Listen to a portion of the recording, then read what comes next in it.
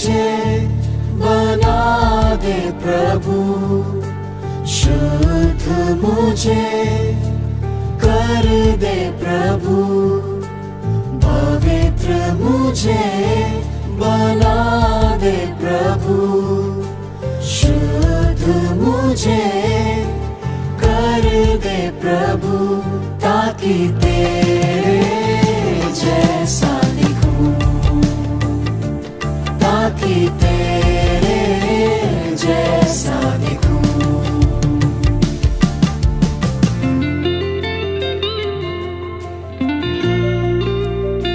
तेरा वचन मेरे दिल में रखूं, प्यार में तुझसे ही करूं।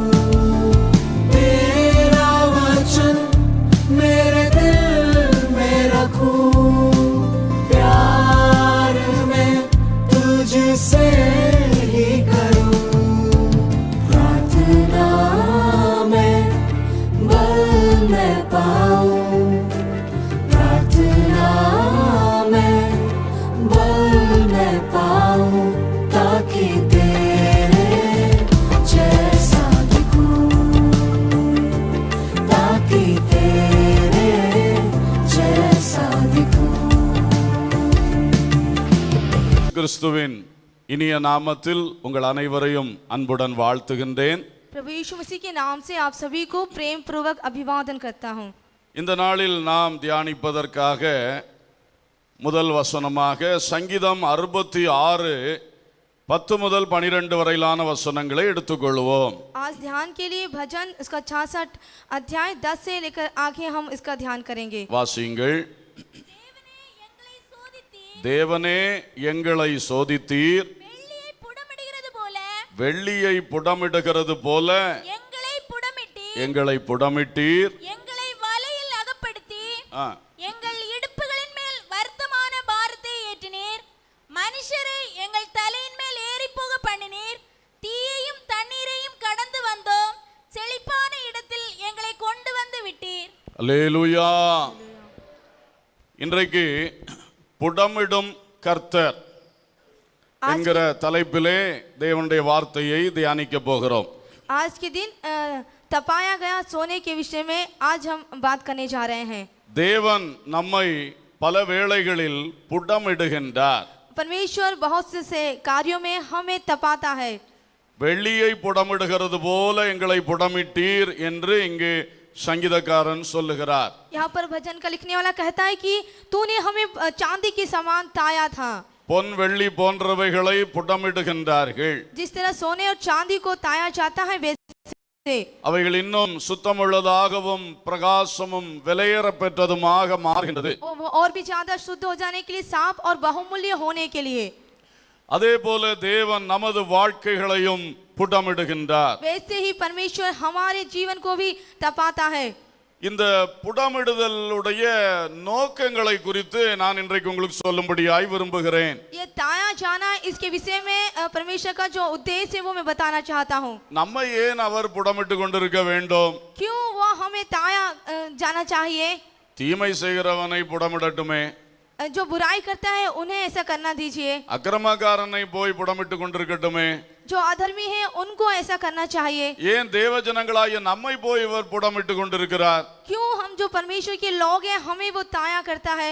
ஒரு நேரம் அல்லது இன்னொரு நேரம் இப்படிப்பட்ட கேள்விகள் சிந்தைகள் நம்முடைய உள்ளத்தில் எழுந்திருக்கும். हो सकता है हमारे विचारों में एक बार या दो बार इस तरह की बातों का सोच आया हो।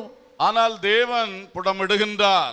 लेकिन परमेश्वर ताया करता है। தேவ ஜனத்தை புடமிடுகின்றார். वो परमेश्वर के लोगों को ताता है। அதற்கு உள்ள நோக்கங்களை வேத புஸ்தகத்தில் நமக்கு எழுதி தந்திருக்கிறார். और उसका जो उद्देश्य है इस पवित्र शास्त्र में उसको लिखाकर हमको दिया है।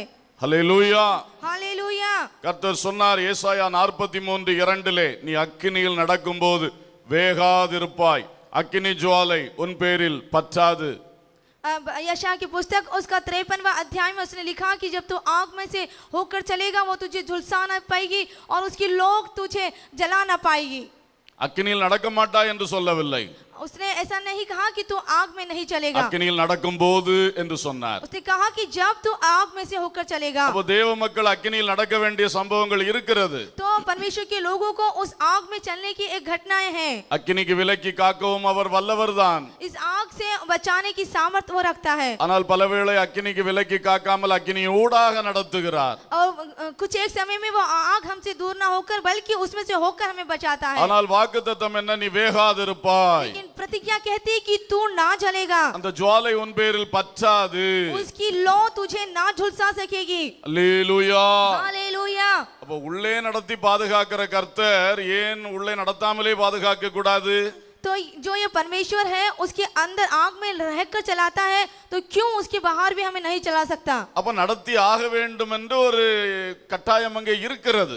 तो उस परिस्थिति में चलाना है, ऐसी एक परिस्थिति आ गई है. அதற்குரிய நோக்கங்களை தான் நாம் இன்றைக்கு பார்க்க போகின்றோம். उनके उद्देश्य के बारे में आज हम देखने जा रहे हैं. இந்த குறிப்பிட்ட வாசித்த வசனத்தில் பார்க்கும் பொழுது जो वचन हमने अभी पढ़ा है, எதற்காக தேவன் புடமிட்டார்? क्यों परमेश्वर ने उसे ताया था? செழிப்பான இடத்தில் எங்களை கொண்டு வந்து விடும்படி.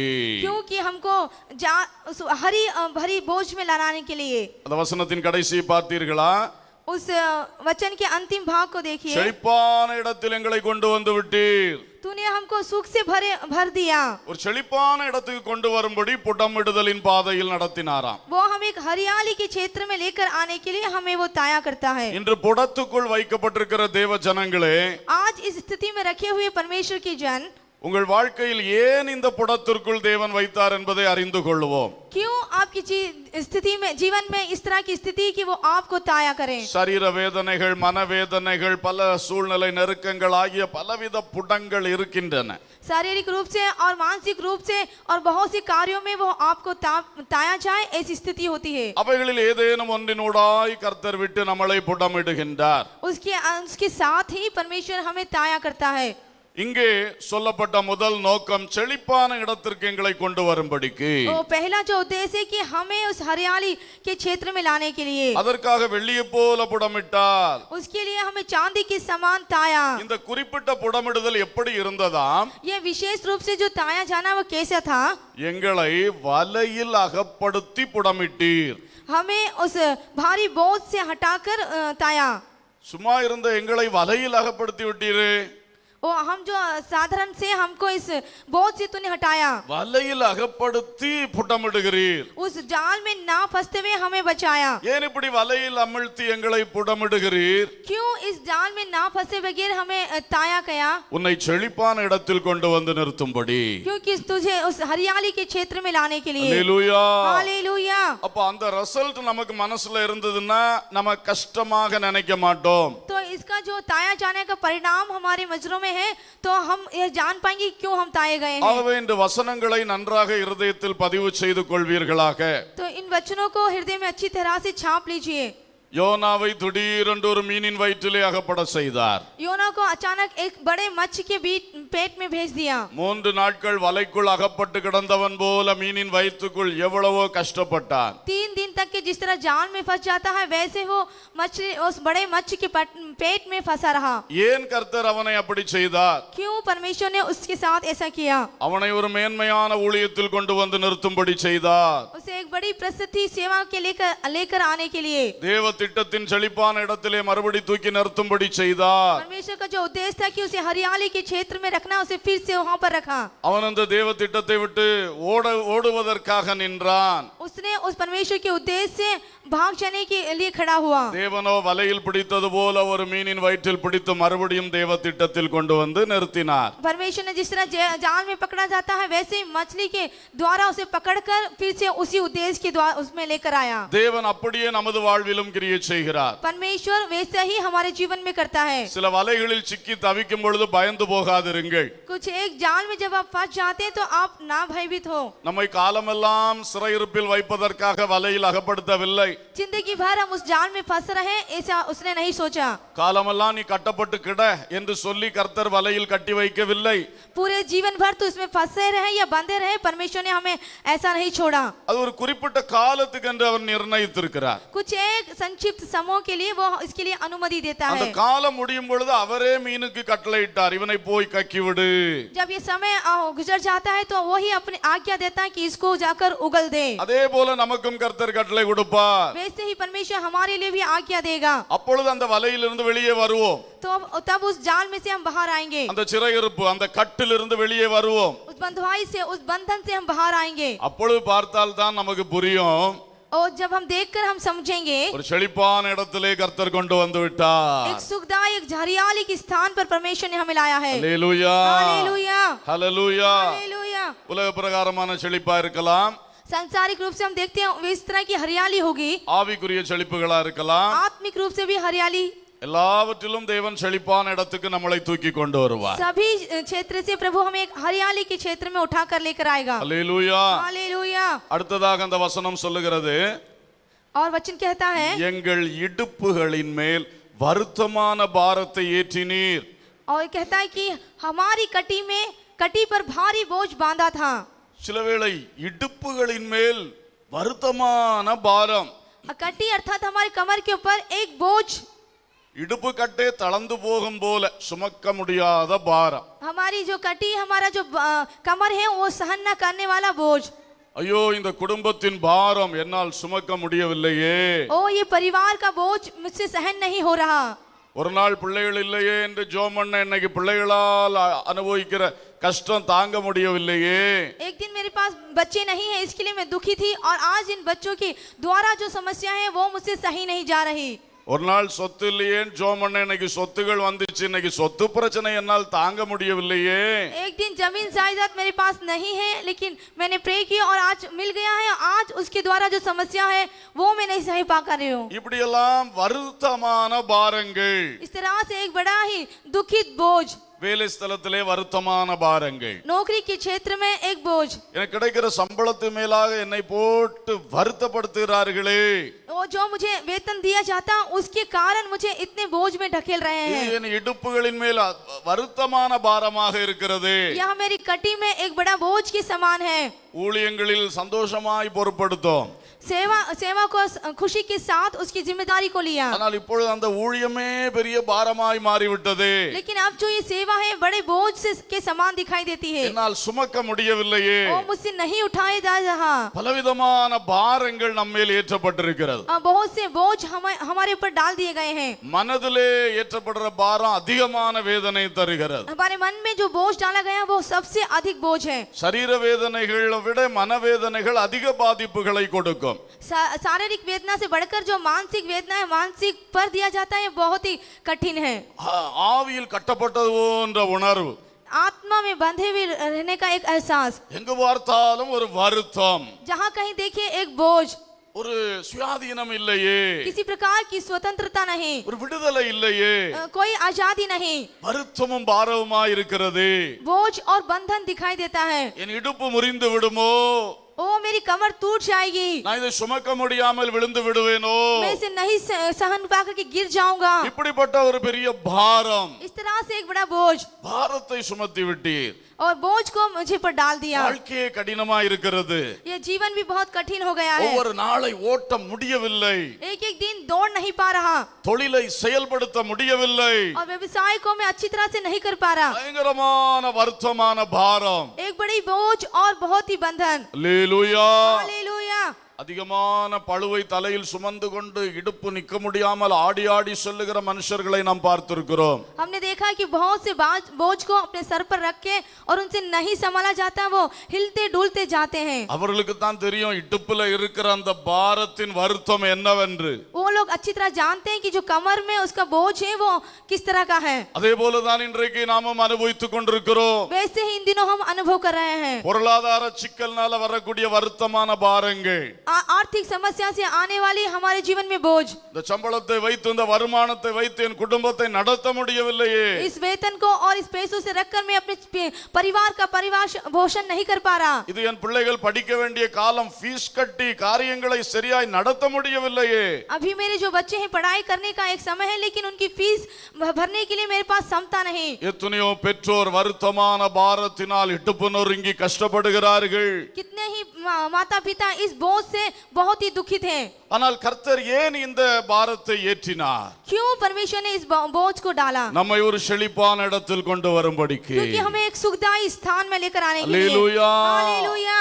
இஸ்ரவேல் ஜனங்கள் மேல் 40 வருடங்கள் வருத்தமான பாரத்தை சுமத்தினார்। इस्राएलियों के लोगों पर 40 वर्ष तक के उसने उन बोझ को डाला। எகிப்திலே நைல் நதி பாய்ந்து செழிப்பாக்குற இடத்திலே அருமையாய் வாழ்ந்தார்கள்।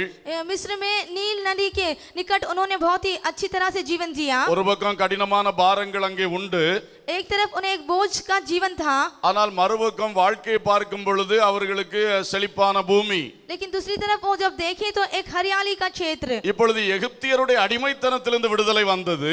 अब जो है मिस्रियों की गुलामी से स्वतंत्रता पाए, ஆனால் புதிய கஷ்டங்கள் வந்தன। लेकिन नई मुसीबतें आ गई। தண்ணிக்காக ஏங்க வேண்டும், पानी के लिए उन्हें तरसना पड़ा। ஒவ்வொரு காரியத்துக்காக அற்புதங்களை பெற்று பெற்று வாழ வேண்டும்। हर एक कार्य के लिए चमत्कार पाकर फिर जीना है। எகிப்திலே அப்படியல்ல, தண்ணீர் அங்கே நதியிலே பாய்ந்து வரும்।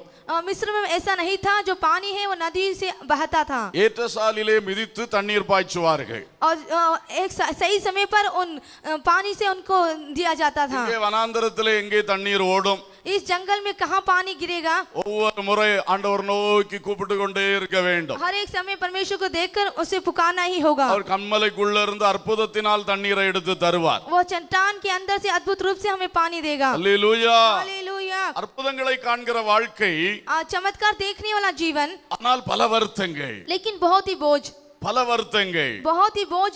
அந்த விசுவாசம் அந்த அளவுக்கு நிக்காதபடியினால மனுஷிகத்துல வரக்கூடிய பல வருத்தங்கள்। क्योंकि जीवन में उस विश्वास को ना होने के कारण जीवन में आने वाले बोझ। அவர்கள் கஷ்டப்பட்டு கூப்பிட்ட பொழுதெல்லாம் கர்த்தர் அற்புதம் செய்தார்। जब जब इन्होंने दुखित होकर परमेश्वर को पुकारा और परमेश्वर ने उन्हें चमत्कार அதில் दिखाया, சந்தேகமே கிடையாது। उसमें कोई संदेह ही नहीं। ஆனாலும் அவர்களுக்கு அந்த அளவுக்கு 100% விசுவாசத்தோடு எப்பொழுதும் நடக்க முடியவில்லை। लेकिन 100% उस विश्वास के साथ उन्हें नहीं चलना आया। ஒவ்வொரு கஷ்டம் வந்தோடனே முறுமுறுக்க தொடங்கி हर एक விடுவார்கள், समस्या में उन्होंने कुड़कुड़ाना दोहरा दिया வேதனைப்படுவார்கள், और दुखित हो गए। பழைய எகிப்தை நினைக்க தொடங்கி और விடுவார்கள், पुराने उस मिस्र को उन्होंने स्मरण किया வருத்தப்படுவார்கள்। और बोझ से दब गए। கொஞ்சம் அப்படியே இருக்கும் பொழுது திடீர்னு மோசே எக்காலத்தை ஊதுவார்। अचानक ऐसे हिलते हुए मोसे तुरही को फूकेगा புறப்படுங்கள், கர்த்தர் போக சொல்லுகிறார்னு சொல்லுவார்। और निकल जाइए, परमेश्वर ने जाने के लिए कहा है। எல்லாம் ரெடி பண்ணி எடுத்து உடனே ரெடி புறப்பட வேண்டும்। और तुरंत उस सभी को तैयार करके वहां से गुजरने की अवस्था। வாடகை வீடு மாத்துகிறவர்களுக்கு இதை பற்றி தெரியும்। जो किराए के मकान में रहते हैं वो इस प्रकार के दुख को जानते हैं। திடீரென்று ஓனர் மாற சொல்லிவிட்டா எல்லாம் எடுத்து கொண்டு அடுத்த வீட்டுல செட்டில் ஆகணும்னா என்ன பாடு। अचानक यदि एक मालिक कह दे तो उस मकान को बदल कर जाना कितना दुखित की बात है। இதே மாதிரி இஸ்ரவேலர்கள் 40 வருஷத்துல எத்தனை முறை அந்த கூடாரத்தை மாத்தி மாத்தி அடித்தார்கள்। इसी तरह से उन्होंने मिस्र में कितने ही तंबू को बदल बदल के वहां पर अपना तंबू गाड़ा। எல்லா பண்டபாடிகளை தூக்கி சுமந்து கொண்டு நடக்க வேண்டும்। और जितने भी वस्तुएं थी उन सभी को उठाकर एक स्थान से दूसरे स्थान गए। வருத்தமான பாரம் बोझ से भरे हुए बोझ அவர்கள் மேல் சுமத்தினார்। उन पर डाला गया, ஆனால் எதற்காக? लेकिन किस लिए? செழிப்பான கானானில் உன்னை கொண்டு வந்து उन्हें நிறுத்துவதற்காக। हरियाली के उस कनान देश में लाने के लिए। கரங்களை தட்டி கர்த்தரை ஸ்தோத்திரம் பண்ணுவோம்। அல்லேலூயா। 40 வருஷம் ரொம்ப கஷ்டப்பட்டது உண்மைதான்। उन्होंने 40 वर्ष बहुत दुख भुखा, ये सच था। ஆனால் இந்த 40 வருஷத்தின் முடிவில் தான் வாக்குத்தத்த கானானுக்குள் வந்து சேர்ந்தார்கள்। ये 40 वर्ष के अंत में ही उन्होंने प्रतिज्ञा के उस कानान देश में प्रवेश किया। கானான் செழிப்பான இடம், कानान है वो एक हरियाली का क्षेत्र। எகிப்தை விட எவ்வளவோ மேன்மையான இடம், मिस्र से बढ़कर बहुत ही सुखदायी एक क्षेत्र। அல்லேலூயா। हालेलुया। இன்றைக்கும் இஸ்ரவேல் நாட்டிற்கு போயிட்டு வருகிறவர்கள் சொல்லுவார்கள், इन दिनों जो इस्राएल देश को जाते हैं वो लोग इस बात को कहते हैं, அந்த எல்லைக்குள் புகுந்த உடனே அவ்வளவு செழிப்பு அவ்வளவு சந்தோஷம் என்று। और उस बाउंड्री में जाते साथ ही उतनी हरियाली और उतना खुशी का क्षेत्र। அப்படிப்பட்ட ஒரு மேன்மைக்கு நேராய் நடத்துவதற்கு பாதை வருத்தமான கடினமான பாரம்। उतनी अच्छी खुशी की और जाने के लिए जो मार्ग है वो एक बोझ से भरा हुआ। அல்லேலூயா। हालेलुया। கர்த்தர் உங்கள் வாழ்க்கையிலும் இப்படிப்பட்ட நெருக்கங்களை தருகிறார்னா அடுத்த ஒரு செழிப்பான இடத்துக்கு கொண்டு வர போகிறார். यदि परमेश्वर आपके जीवन में इस तरह के बोझ को रखता है तो दूसरे क्षण आपके अंदर एक हरियाली को लेकर आना चाहता है. உங்களுக்கு பொருளாதாரத்திலே வருத்தமான பாரங்கள் வந்திருக்கிறது என்றால் தைரியமாய் விசுவாசிக்கலாம், உங்க பொருளாதாரத்தில் உங்களை மேன்மைப்படுத்த போகிறார். आपकी आर्थिक समस्या में यदि किसी प्रकार की घुटन या बोझ को आप महसूस कर रहे हैं तो स्मरण कीजिए, आने वाले समय में प्रभु आपको उस बोझ को हटाकर हरियाली क्षेत्र में लाने वाला है. குடும்பத்துக்குள்ளே பல வருத்தமான பாரங்கள் இருக்கனா அந்த குடும்பத்தை குறித்து ஒரு பெரிய நோக்கத்தை வைத்திருக்கிறார். आप यदि परिवार के विषय में बोझ से दबे हुए हैं तो आप स्मरण कीजिए कि उस बोझ को हटाकर प्रभु की एक योजना है. எங்கே பிரச்சனை வந்து மோதுகிறதோ அங்கே தேவ நோக்கம் ஒன்று இருக்கிறது என்பதை புரிந்து கொள்ள வேண்டும். जहां कहीं भी समस्या आ गई आप ये समझ लीजिए कि वहां पर परमेश्वर का एक उद्देश्य है. ஏன் தெரியுமா? क्यों आपको मालूम है? ஒரு ஆசீர்வாதத்துக்குள் கொண்டு வர வேண்டும் என்றால் அதற்குரிய ஆயத்தங்கள் நமக்குள் செய்தாக வேண்டும். क्योंकि यदि एक आशीर्वाद के लिए एक व्यक्ति को लाना है तो उसके लिए कुछ तैयारी होना आवश्यक है. அதற்கு தான் நம்மை தயார்படுத்துகிறார். उसके लिए वो हमें तैयार करता है. சாத்தான் ஒரு ஏஜென்டாக நின்று அந்த புடமிடும் கிரியைகளை செய்வதுண்டு. इसमें जो शैतान है जो ताया जाने की कुछ क्रिया वो करता है. கர்த்தர் நேரடியாக உட்கார்ந்து சில வேளை புடமிட மாட்டார். परमेश्वर सीधे आकर उसे नहीं ताता, அப்படியே கொஞ்சம் சாத்தான் கையில கொடுத்துருவார். कुछ एक वो शैतान के हाथों में दे देता है. அவனுடைய வேலை தான் புடமிடுற வேலை. ये उसका ही काम है कि वो तापा जाए. ஆனா அவன் என்ன நோக்கத்தோட புடமிடுவான்? அழிக்க வேண்டும் என்ற நோக்கத்தோட அவன் புடமிடுவான். लेकिन उसका क्या उद्देश्य होगा? वो नाश करने ही उसका उद्देश्य होगा. ஆனால் கர்த்தர் முழுமையாக அவன் கையில் விட்டு கொடுக்க மாட்டார். लेकिन पूरी तरह से परमेश्वर उसके हाथों में अर्पण नहीं होने देगा. யோபு வாழ்க்கை சிறந்த உதாரணம். आयुब का जो जीवन है हमारे लिए एक अच्छा उदाहरण है. சாத்தான் கையிலே அவனை ஒப்பு கொடுத்தது உண்மை. उसको पूरी तरह से शैतान के हाथों में सौंप दिया, ये सच था. ஆனால் சாத்தானுடைய இஷ்டப்படியெல்லாம் செய்வதற்காக ஒப்பு கொடுக்கவில்லை. लेकिन शैतान के इच्छा अनुसार करने के लिए नहीं, எல்லை கோடுகளை சொல்லிதான் ஒப்பு கொடுத்தார். उनकी एक सीमा को निर्धारित करके ही कहा. அதே போல கர்த்தர் ஒப்பு கொடுக்கிறார். वैसे ही परमेश्वर अर्पण करता है. அவன் பயங்கரமா போராடுறான். लेकिन वो बहुत ही भयंकर रूप से युद्ध करता है. பொருளாதாரத்தில் உங்களுக்கு நெருக்கடி வந்திருக்கிறது என்றால், यदि आपके जीवन में आर्थिक समस्या आ गई, சாத்தானுடைய போராட்டம் அதிலே இருக்கிறது. इसमें शैतान की समस्या है. आप देखें, அவன் பொருளாதாரத்திலே உங்களை மொத்தம் நஷ்டப்படுத்த வேண்டும் என்று போராடி கொண்டிருக்கிறார். आपकी आर्थिक अवस्था में आपको बहुत ही नुकसान पहुंचाए, इस तरह से वो उसकी सोच है. அதே காரியத்திலே தேவனுடைய நோக்கம் ஒன்று இருக்கிறது. उसी कार्य में परमेश्वर का एक उद्देश्य है. அவர் உங்களை பொருளாதாரத்திலே ஒரு மேன்மையான நிலைக்கு கொண்டு வர விரும்புகிறார். परमेश्वर आपको आर्थिक स्थिति में एक ऊंचाई स्थिति में लेना चाहता है. அதற்குரிய பக்குவத்தை தகுதியை கொண்டு வருவதற்காக இந்த புடமிடுதலுக்கு ஒப்பு கொடுத்திருக்கிறார். उसके लिए एक मजबूती और एक योग्यता करने के लिए इस आपको ताया करता है. அல்லேலூயா. हालेलुया. எனவே இந்த காலகட்டத்திலே நாம் தேவனை முறுமுறுக்காதிருக்க வேண்டும். तो इन दिनों हम परमेश्वर के लिए कुड़कुड़ाए ना, வாயில் வந்தபடி பேசாதிருக்க வேண்டும். जैसा आपके मुंह में आए वैसे आप बातें ना करें. சோர்வினாலே ஆண்டவருக்கு பிரியமில்லாத அறிக்கைகளை விட்டுவிடக் கூடாது. निराशा के कारण जो परमेश्वर को भाता नहीं वैसी आप अंगीकार ना करें. இந்த வருத்தமான பாரத்தை சுமக்கிற நேரங்களிலும் ஸ்தோத்திரமும் துதியும் வாயிலிருந்து வர வேண்டும். जब इस बोझ से आप दब जाए तो उस समय आपके अंदर धन्यवाद और स्तुति निकला करें. கர்த்தரை பற்றி மேன்மையாய் பேசக்கூடிய வார்த்தை தான் வர வேண்டும். परमेश्वर के प्रति बढ़ाई आपके मुंह से निकला करें. அதுதான் யோபு வாழ்க்கையில் வெற்றியாய் முடிந்தது. वही है योबू के जीवन की विजय. அல்லேலூயா. हालेलुया. பொருளாதாரத்தை பற்றி மட்டும் நான் சொன்னேன். मैंने आर्थिक स्थिति के विषय में कहा, அது ஒரு உதாரணம். वो एक उदाहरण है. இது மாதிரி எந்த இடத்தில் பிரச்சனையோ அங்க நினைத்துக் கொள்ளுங்க, கர்த்தர் அங்கே மேன்மைப்படுத்த விரும்புகிறார். इसी तरह से किसी भी बात में यदि समस्या है तो परमेश्वर आपको उसमें प्रसिद्ध करना चाहता है. அதுக்கு நம்மை தயார்படுத்துவதற்கு சாத்தானுடைய கையில இந்த போராட்டத்துக்கு ஒப்பு கொடுத்திருக்கிறார். इसलिए आपको तैयार करने के लिए उस शैतान के हाथों में आपको ताया जाने के लिए सौंपता है. அவனோ தருணம் கிடைத்தது அழிக்க வேண்டும் என்று தான் போராடி கொண்டிருக்கிறான். लेकिन वो इस तरह से आपको युद्ध करेगा कि आपको नाश कर दे. ஆனால் முடிவிலே தேவ திட்டம் நிறைவேறும். लेकिन अंत में परमेश्वर की योजना पूरी होगी. அதற்கு நாம் கவனிக்க வேண்டியது தேவனுடைய பட்சத்திலே நிற்க வேண்டும். उसके लिए हमें ध्यान देना है कि हमें परमेश्वर के पक्ष में खड़ा होना है. அல்லேலூயா. हालेलुया. அல்லேலூயா.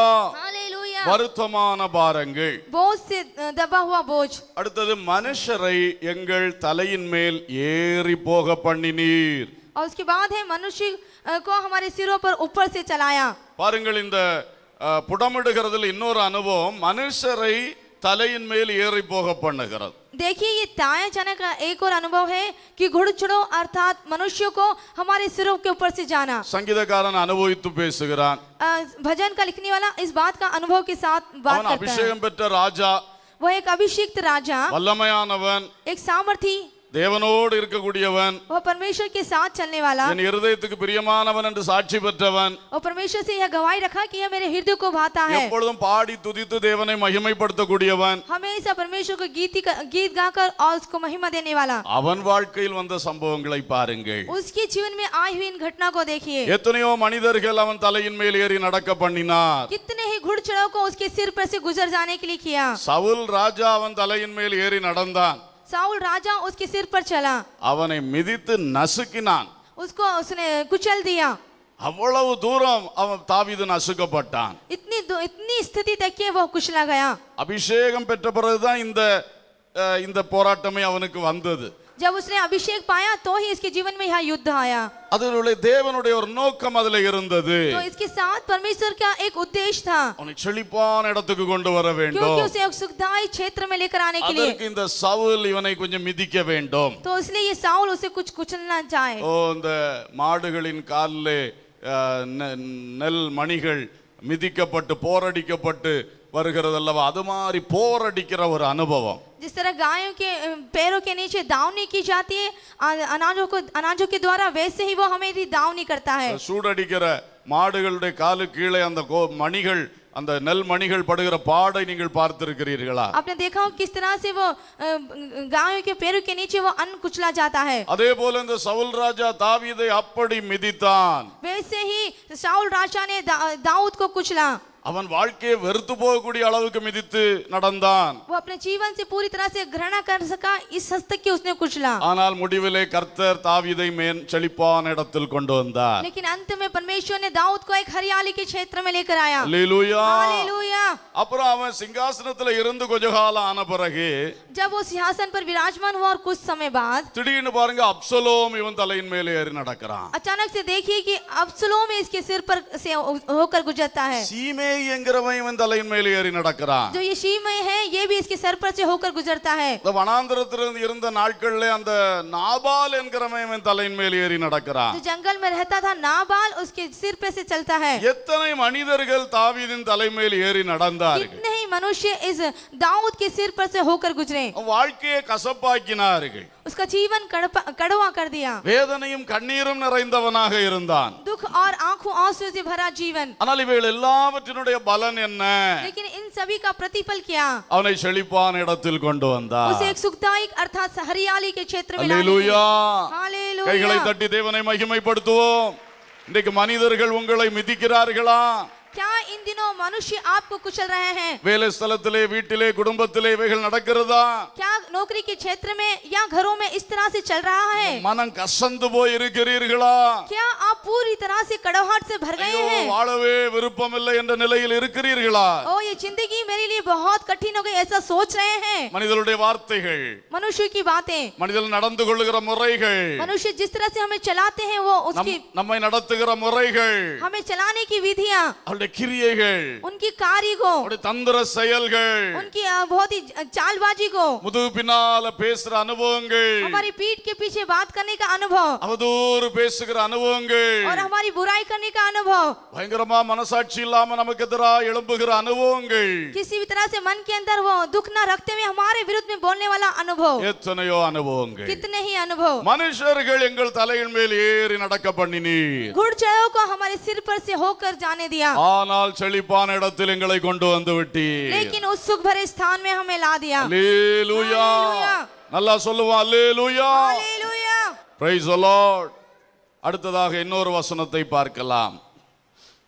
ஏசாயா தீர்க்கதரிசனம் 1ஆம் அதிகாரம் 21ஆம் வசனம் வாசிங்க. एसाया की भविष्यद्वक्ता की पुस्तक 1 अध्याय 23वां वचन। உண்மையுள்ள நகரம் எப்படி வேசியாய் போயிற்று, அது நியாயத்தால் நிறைந்திருந்தது, நீதி அதில் குடி கொண்டிருந்தது, இப்பொழுதோ அதன் குடிகள் கொலைபாதகர். இங்கே ஒரு உண்மையுள்ள நகரம் வேசியாய் போய்விட்டதாம். यहाँ पर एक नगरी सती थी, वो व्यभिचारिणी हो गई. ஒரு நாள் நீதியா இருந்த நகரம் கொலைபாதகத்தினால் நிறைந்து விட்டதாம். एक दिन जो धर्म से भरा हुआ एक क्षेत्र था अब हत्यारे से भर गया. அடுத்த வசனம் சொல்லுது உன் வெள்ளி களிம்பாயிற்று. दूसरे वचन 22 में लिखा है कि चांदी धातु के मेल को, உன் வெள்ளி களிம்பாயிற்று. और तेरा जो चांदू है वो धातु बन गया. இப்பொழுது கர்த்தர் சொல்லுகிறார் 25ஆம் வசனத்திலே, अब परमेश्वर का वचन 25वें वचन में कहता है, நான் என் கையை உன்னிடமாய் திருப்பி मैं तुझ पर हाथ बढ़ाकर உன் களிம்பு நீங்க உன்னை சுத்தமாய் புடமிட்டு और धातु का मेल पूरी रीति से भस्म करूंगा. உன் ஈயத்தை எல்லாம் நீக்குவேன். पूरी तरह से तेरे मेल को भस्म करूंगा. அல்லேலூயா. हालेलुया. அடுத்த வசனத்தின் கடைசி பகுதி, பின்பு நீ நீதிபுரம் என்றும் சத்திய நகரம் என்றும் பெயர் பெறுவாய். उसके दूसरे वचन में अंतिम भाग में, उसके बाद तू धर्मपुरी और विश्वास योग्य नगरी कहलाएगी. தர்மபுரியா? அல்லேலூயா. கர்த்தர் நீதிபுரம்னா தர்மபுரியா ஹிந்தியில. அல்லேலூயா. கர்த்தருக்கு ஸ்தோத்திரம்.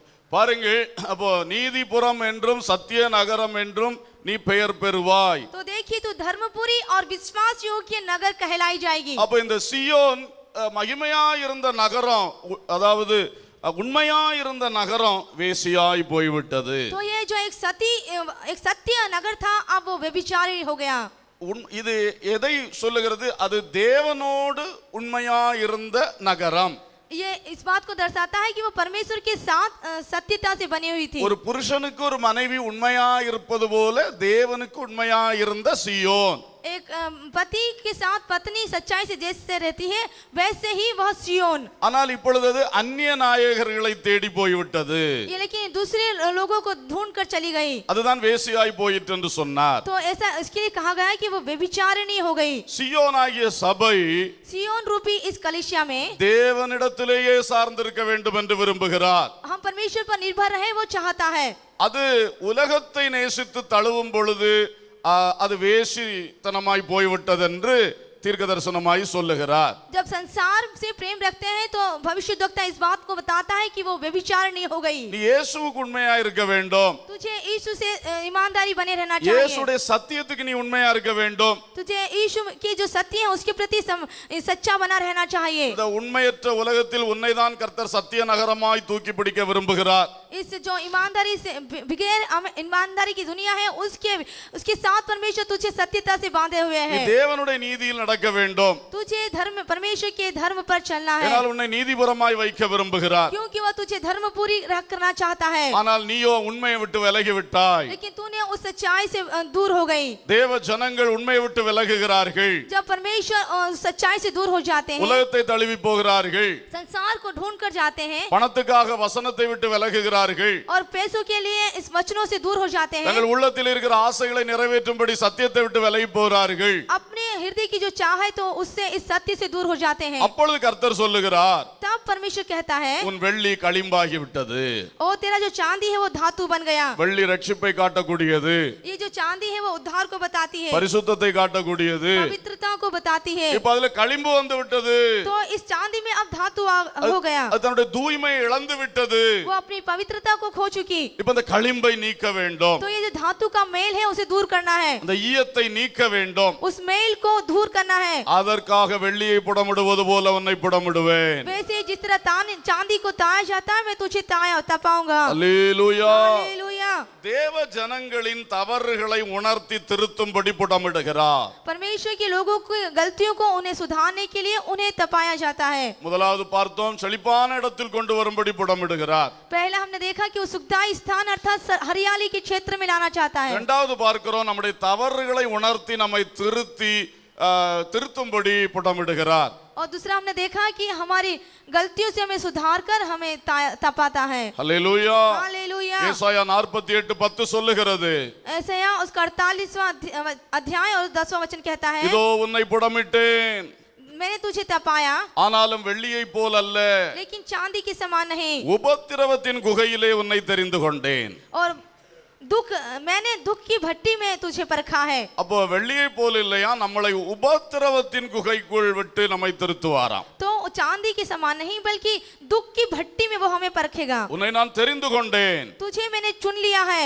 உன்னை சுத்தப்படுத்தி என் கையில் எடுப்பேன், तुझे निर्मल करके अपने हाथों में உன்னை लूंगा களிம்புகளை நீக்குவேன், और तेरे धातु के मेल को दूर करूंगा। உலக ஆசை இச்சைகளை உன்னை விட்டு நீக்க வேண்டும், संसार की आशा और इच्छाएं तुझसे दूर करूंगा கெட்ட பாவத்தின் தொடர்புகளை உன்னை விட்டு அகற்ற வேண்டும்। और बुरे पापों के जो संबंध है तुझसे दूर होने पाए। நீ சர்ச்சில் வரும்பொழுது கர்த்தருடைய பிள்ளையாய் காணப்படுகிறாய், வெளியே போகும்பொழுது கர்த்தருடைய பிள்ளையாய் நீ வாழவில்லை। जब तू कलीसिया में आती है तो एक परमेश्वर की बेटी के समान है, लेकिन जब तू बाहर जाती है तू परमेश्वर की संतान के समान नहीं। இங்கே வாழ்க்கையில் இருக்கிற தவறுகளை எல்லாம் இப்பொழுது திருத்த வேண்டும்। तेरे जीवन में आई हुई गलतियों को अब तुझे सुधारना है, நீ தெரிந்து கொள்ளப்பட்ட பாத்திரம், क्योंकि तू एक चुनी हुई एक बर्तन है। மனம் போல அழுக்குப்பட்டு போன நான் விட முடியாது। जैसी तेरी इच्छा है तू गंदा हो जाए, मैं तुझे नहीं छोड़ सकता। கர்த்தர் புடமிட்டு நம்மை திருத்துகிறார்। परमेश्वर हमें ताया करता है। அல்லேலூயா। हालेलुया। இன்னொரு வசனத்தை பார்க்கலாம்। एक और वचन देखिए, எரேமியா தீர்க்கதரிசனம் यिर्मयाह भविष्यद्वक्ता 9ஆம் அதிகாரம் 3ஆம் வசனம் 9:3 9वां अध्याय 3रा वचन। அவர்கள் பொய்யை பிரயோகிக்க தங்கள் நாவாகிய வில்லை வளைக்கிறார்கள்। போதும், அவர்கள் பொய்யை பிரயோகிக்க தங்கள் நாவாகிய வில்லை வளைக்கிறார்கள்। अपनी अपनी जीभ को वे धनुष के समान झूठ बोलने के लिए तैयार करते हैं। என்ன அழகா சொல்லி இருக்கிறார் பாருங்க। क्या ही सुंदर बातें यहाँ कही है। நம்முடைய நாவு பேசும்போது வளைந்து வளைந்து போகும், பார்த்திருக்கீங்களா? हमारी जो जीभ है जब हम बात करते हैं तो मुड़ जाती है। இந்த நாவு அந்த ப்ரொனன்சியேஷன் ஒவ்வொன்றை உச்சரிப்பதற்கு வளைந்து வளைந்து போகும்। जो ये जीभ है हर एक उच्चारण के लिए वो जीभ है मुड़ जाती है। அதை கர்த்தர் ஒரு வில்லை வளைக்கிறதுக்கு ஒப்பா சொல்றார்। यहाँ पर परमेश्वर कहता है कि वो एक धनुष के समान है। அந்த நாவை வளைத்து ஒரு வார்த்தையை விடுற, जब वो जीभ को मोड़कर एक बात कहता है, அது எப்படி இருக்கு? வில்லை வளைத்து அம்பை எய்வதற்கு ஒப்பா இருக்கிறது। वो कैसी बातें हैं? वे धनुष के समान निकली हुई वो बातें हैं। அது எப்படி உன் நாவாகிய வில்லை வளைத்து ஒரு பொய்யாகிய அம்பை பிரயோகிக்கிறாய்? तू उस जीव रूपी धनुष का उपयोग करके झूठे बातें बोलता है। நீ சத்தியத்துக்காக அல்ல பொல்லாப்புக்காக அதை செய்கிறாய்। तो सत्य के लिए नहीं बल्कि दुष्टता के लिए वो कार्य करता है। अनेक பொய்கள், बहुत से झूठ। தேவ ஜனமே, பொய்கள்। हे परमेश्वर के लोगों, झूठ। இந்த பொய் வந்தால் கர்த்தர் புடமிட்டே ஆக வேண்டும்। यदि जीवन में झूठ आ गया तो निश्चित रूप से परमेश्वर आपको तपाएगा। உன்னுடைய பொய்கள், आपके झूठ। 8ஆம் வசனம் ஆரம்பம் பாருங்கள்। அவர்கள் நாவு கூர்மையாக்கப்பட்ட அம்பு। और 8वें वचन में देखिए कि जीभ काल के तीर के समान वेद वाली, அது கபடம் பேசுகிறது। और छल की बातें उसमें से निकलती है। அயலானோடு சமாதானமாய் பேசுகிறாய், तो दूसरों के साथ समाधान शांति से बात करता है, ஆனால் உன் உள்ளத்திலோ அவனுக்கு பதிவிடை வைக்கிறாய்। पर मन ही मन एक दूसरे की घात में लगा है। என்ன பயங்கரமான மோசமான தன்மைகள்! बहुत ही एक दुष्टता का स्वभाव। உன் வாய் ஒரு அம்புக்கும் ஆயுதத்துக்கும் ஒப்பாய் இருக்கிறது। तेरा जो मुंह है वो एक धनुष अर्थात एक हथियार के समान है। உன் நாவில் பொய்யை பேசுகிறாய்। तू अपने मुंह से झूठ बोलता है। அநேகர் தங்களுக்கு தெரியாததை பேசுவார்கள்। कुछ एक जो उन्हें नहीं मालूम वैसी बात करते हैं। இன்றைக்கு உலகத்துல பாருங்க, இந்த சோசியல் மீடியாஸ்ல பொய்கள் அப்படியே வலம் வருகிறது। इन दिनों हम देखते हैं जो सोशल मीडिया है वैसे इस तरह का जाल बिछाती है, செய்தியில ஒரு உண்மை இருக்காது, और जो समाचार होता है उसमें कोई सच्चाई नहीं। அத ஒருத்தன் பிரிண்ட் பண்ணி விட்டுருவான்। एक जो है उसको छाप कर छोड़ देता है। உலகத்துல எத்தனையோ பேர் அதை அப்படியே ஃபார்வர்ட் பண்ணி உலகம் முழுசும் பரப்புவார்கள்। कि संसार में कितने ही लोग उसको वैसा ही पीछा करके और उस पर विश्वास करते हैं, உனக்கே அது உண்மையா என்று தெரியாது। क्योंकि उसे जो सच्चाई है नहीं मालूम। நீ ஏன் கண்டதையும் பரப்பி கொண்டிருக்கிறாய்? क्यों तू जो देखता है उसको फैला रहा है? உனக்கு அது வேலையா? क्या तुझे वो काम है? நீ சத்தியத்தை சொல்லலாமே, சுவிசேஷத்தை சொல்லலாமே, तुझे सत्य की बातें कहना है, सुसमाचार कहना है। கண்ட கண்ட செய்திகளை யாரோ போடுகிறதை ஒரு ஆர்வ கோளாறு இன்றைக்கு அநேகருக்கு இருக்கிறது। जो भी मन चाहे जो समाचार आते हैं उसको फैलाना इस सबकी चाहत बन गई है। தனக்கு ஒரு செய்தி கிடைச்சா எல்லாருக்கும் கொடுக்கணும், எல்லாருக்கும் கொடுக்கணும்। और मुझे एक समाचार मिल गया मैं सबको फैलाऊंगा, सबको फैलाऊंगा। இயேசு கிறிஸ்துவின் நற்செய்தியை அப்படி கொடுங்கள்।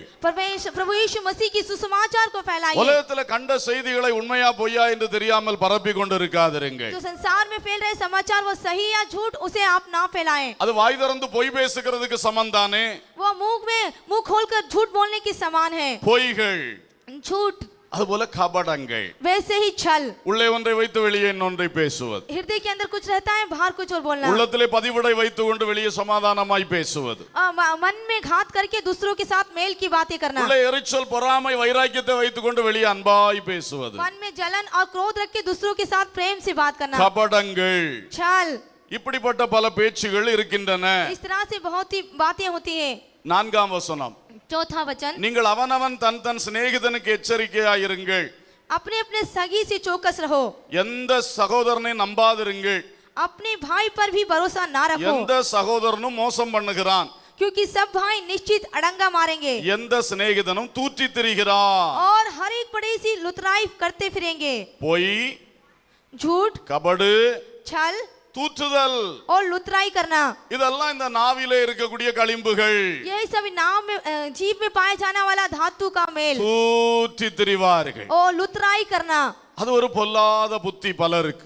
यह बहुत ही दुष्ट ज्ञान है किसी का। அடுத்தவன் வாழ்க்கையில ஒரு குறைய கண்டா எல்லாரிடத்திலும் அதை தூற்றுவார்கள். यदि एक व्यक्ति के अंदर कोई बुराई देख ले तो सभी के जीवन में उसको फैला देते हैं, அடுத்த குடும்பத்தை பற்றி பேசிக்கொண்டே இருப்பார்கள், अगले एक परिवार के बारे में बात करते हैं, தூற்றுவார்கள். उन्हें उसकी लुतराई करते हैं। அதனால் உனக்கு என்ன லாபம்? यदि तू उसे करे तो उससे तुझे क्या लाभ? உன் சிநேகிதனை பற்றி உன்னுடைய சகோதரனை பற்றி நீ தூற்றுதுனா உனக்கு என்ன லாபம்? तू अपने पड़ोसी अर्थात तेरे मित्र के और तेरे भाई के सामान लुतराई करे तो तुझे उससे क्या लाभ? ஒரு குடும்பத்தில் நடக்கிற காரியத்தை நீ தெருவிலே தூற்றுகிறதுனாலே உனக்கு என்ன லாபம்? एक परिवार में चलने हुए कार्य को यदि तू जाकर समाज में फैलाए तो तुझसे उससे क्या लाभ? உன் நாவிலே களிம்பு ஏறிக்கொண்டே இருக்கிறது. क्योंकि तेरे जीभ में वो मेल बना हुआ है। ஒரு நாள் கர்த்தர் சரியான அக்கினி புடத்துக்குள் உன்னை வைத்தே ஆக வேண்டியது வருகிறது. एक दिन प्रभु एक अच्छी अग्नि में तुझे तपाएगा और तुझे तपना पड़ेगा। அந்த நாவினாலே உன் தலையின் மேல் அக்கினியை குய்த்துக் கொண்டிருக்கிறாய்.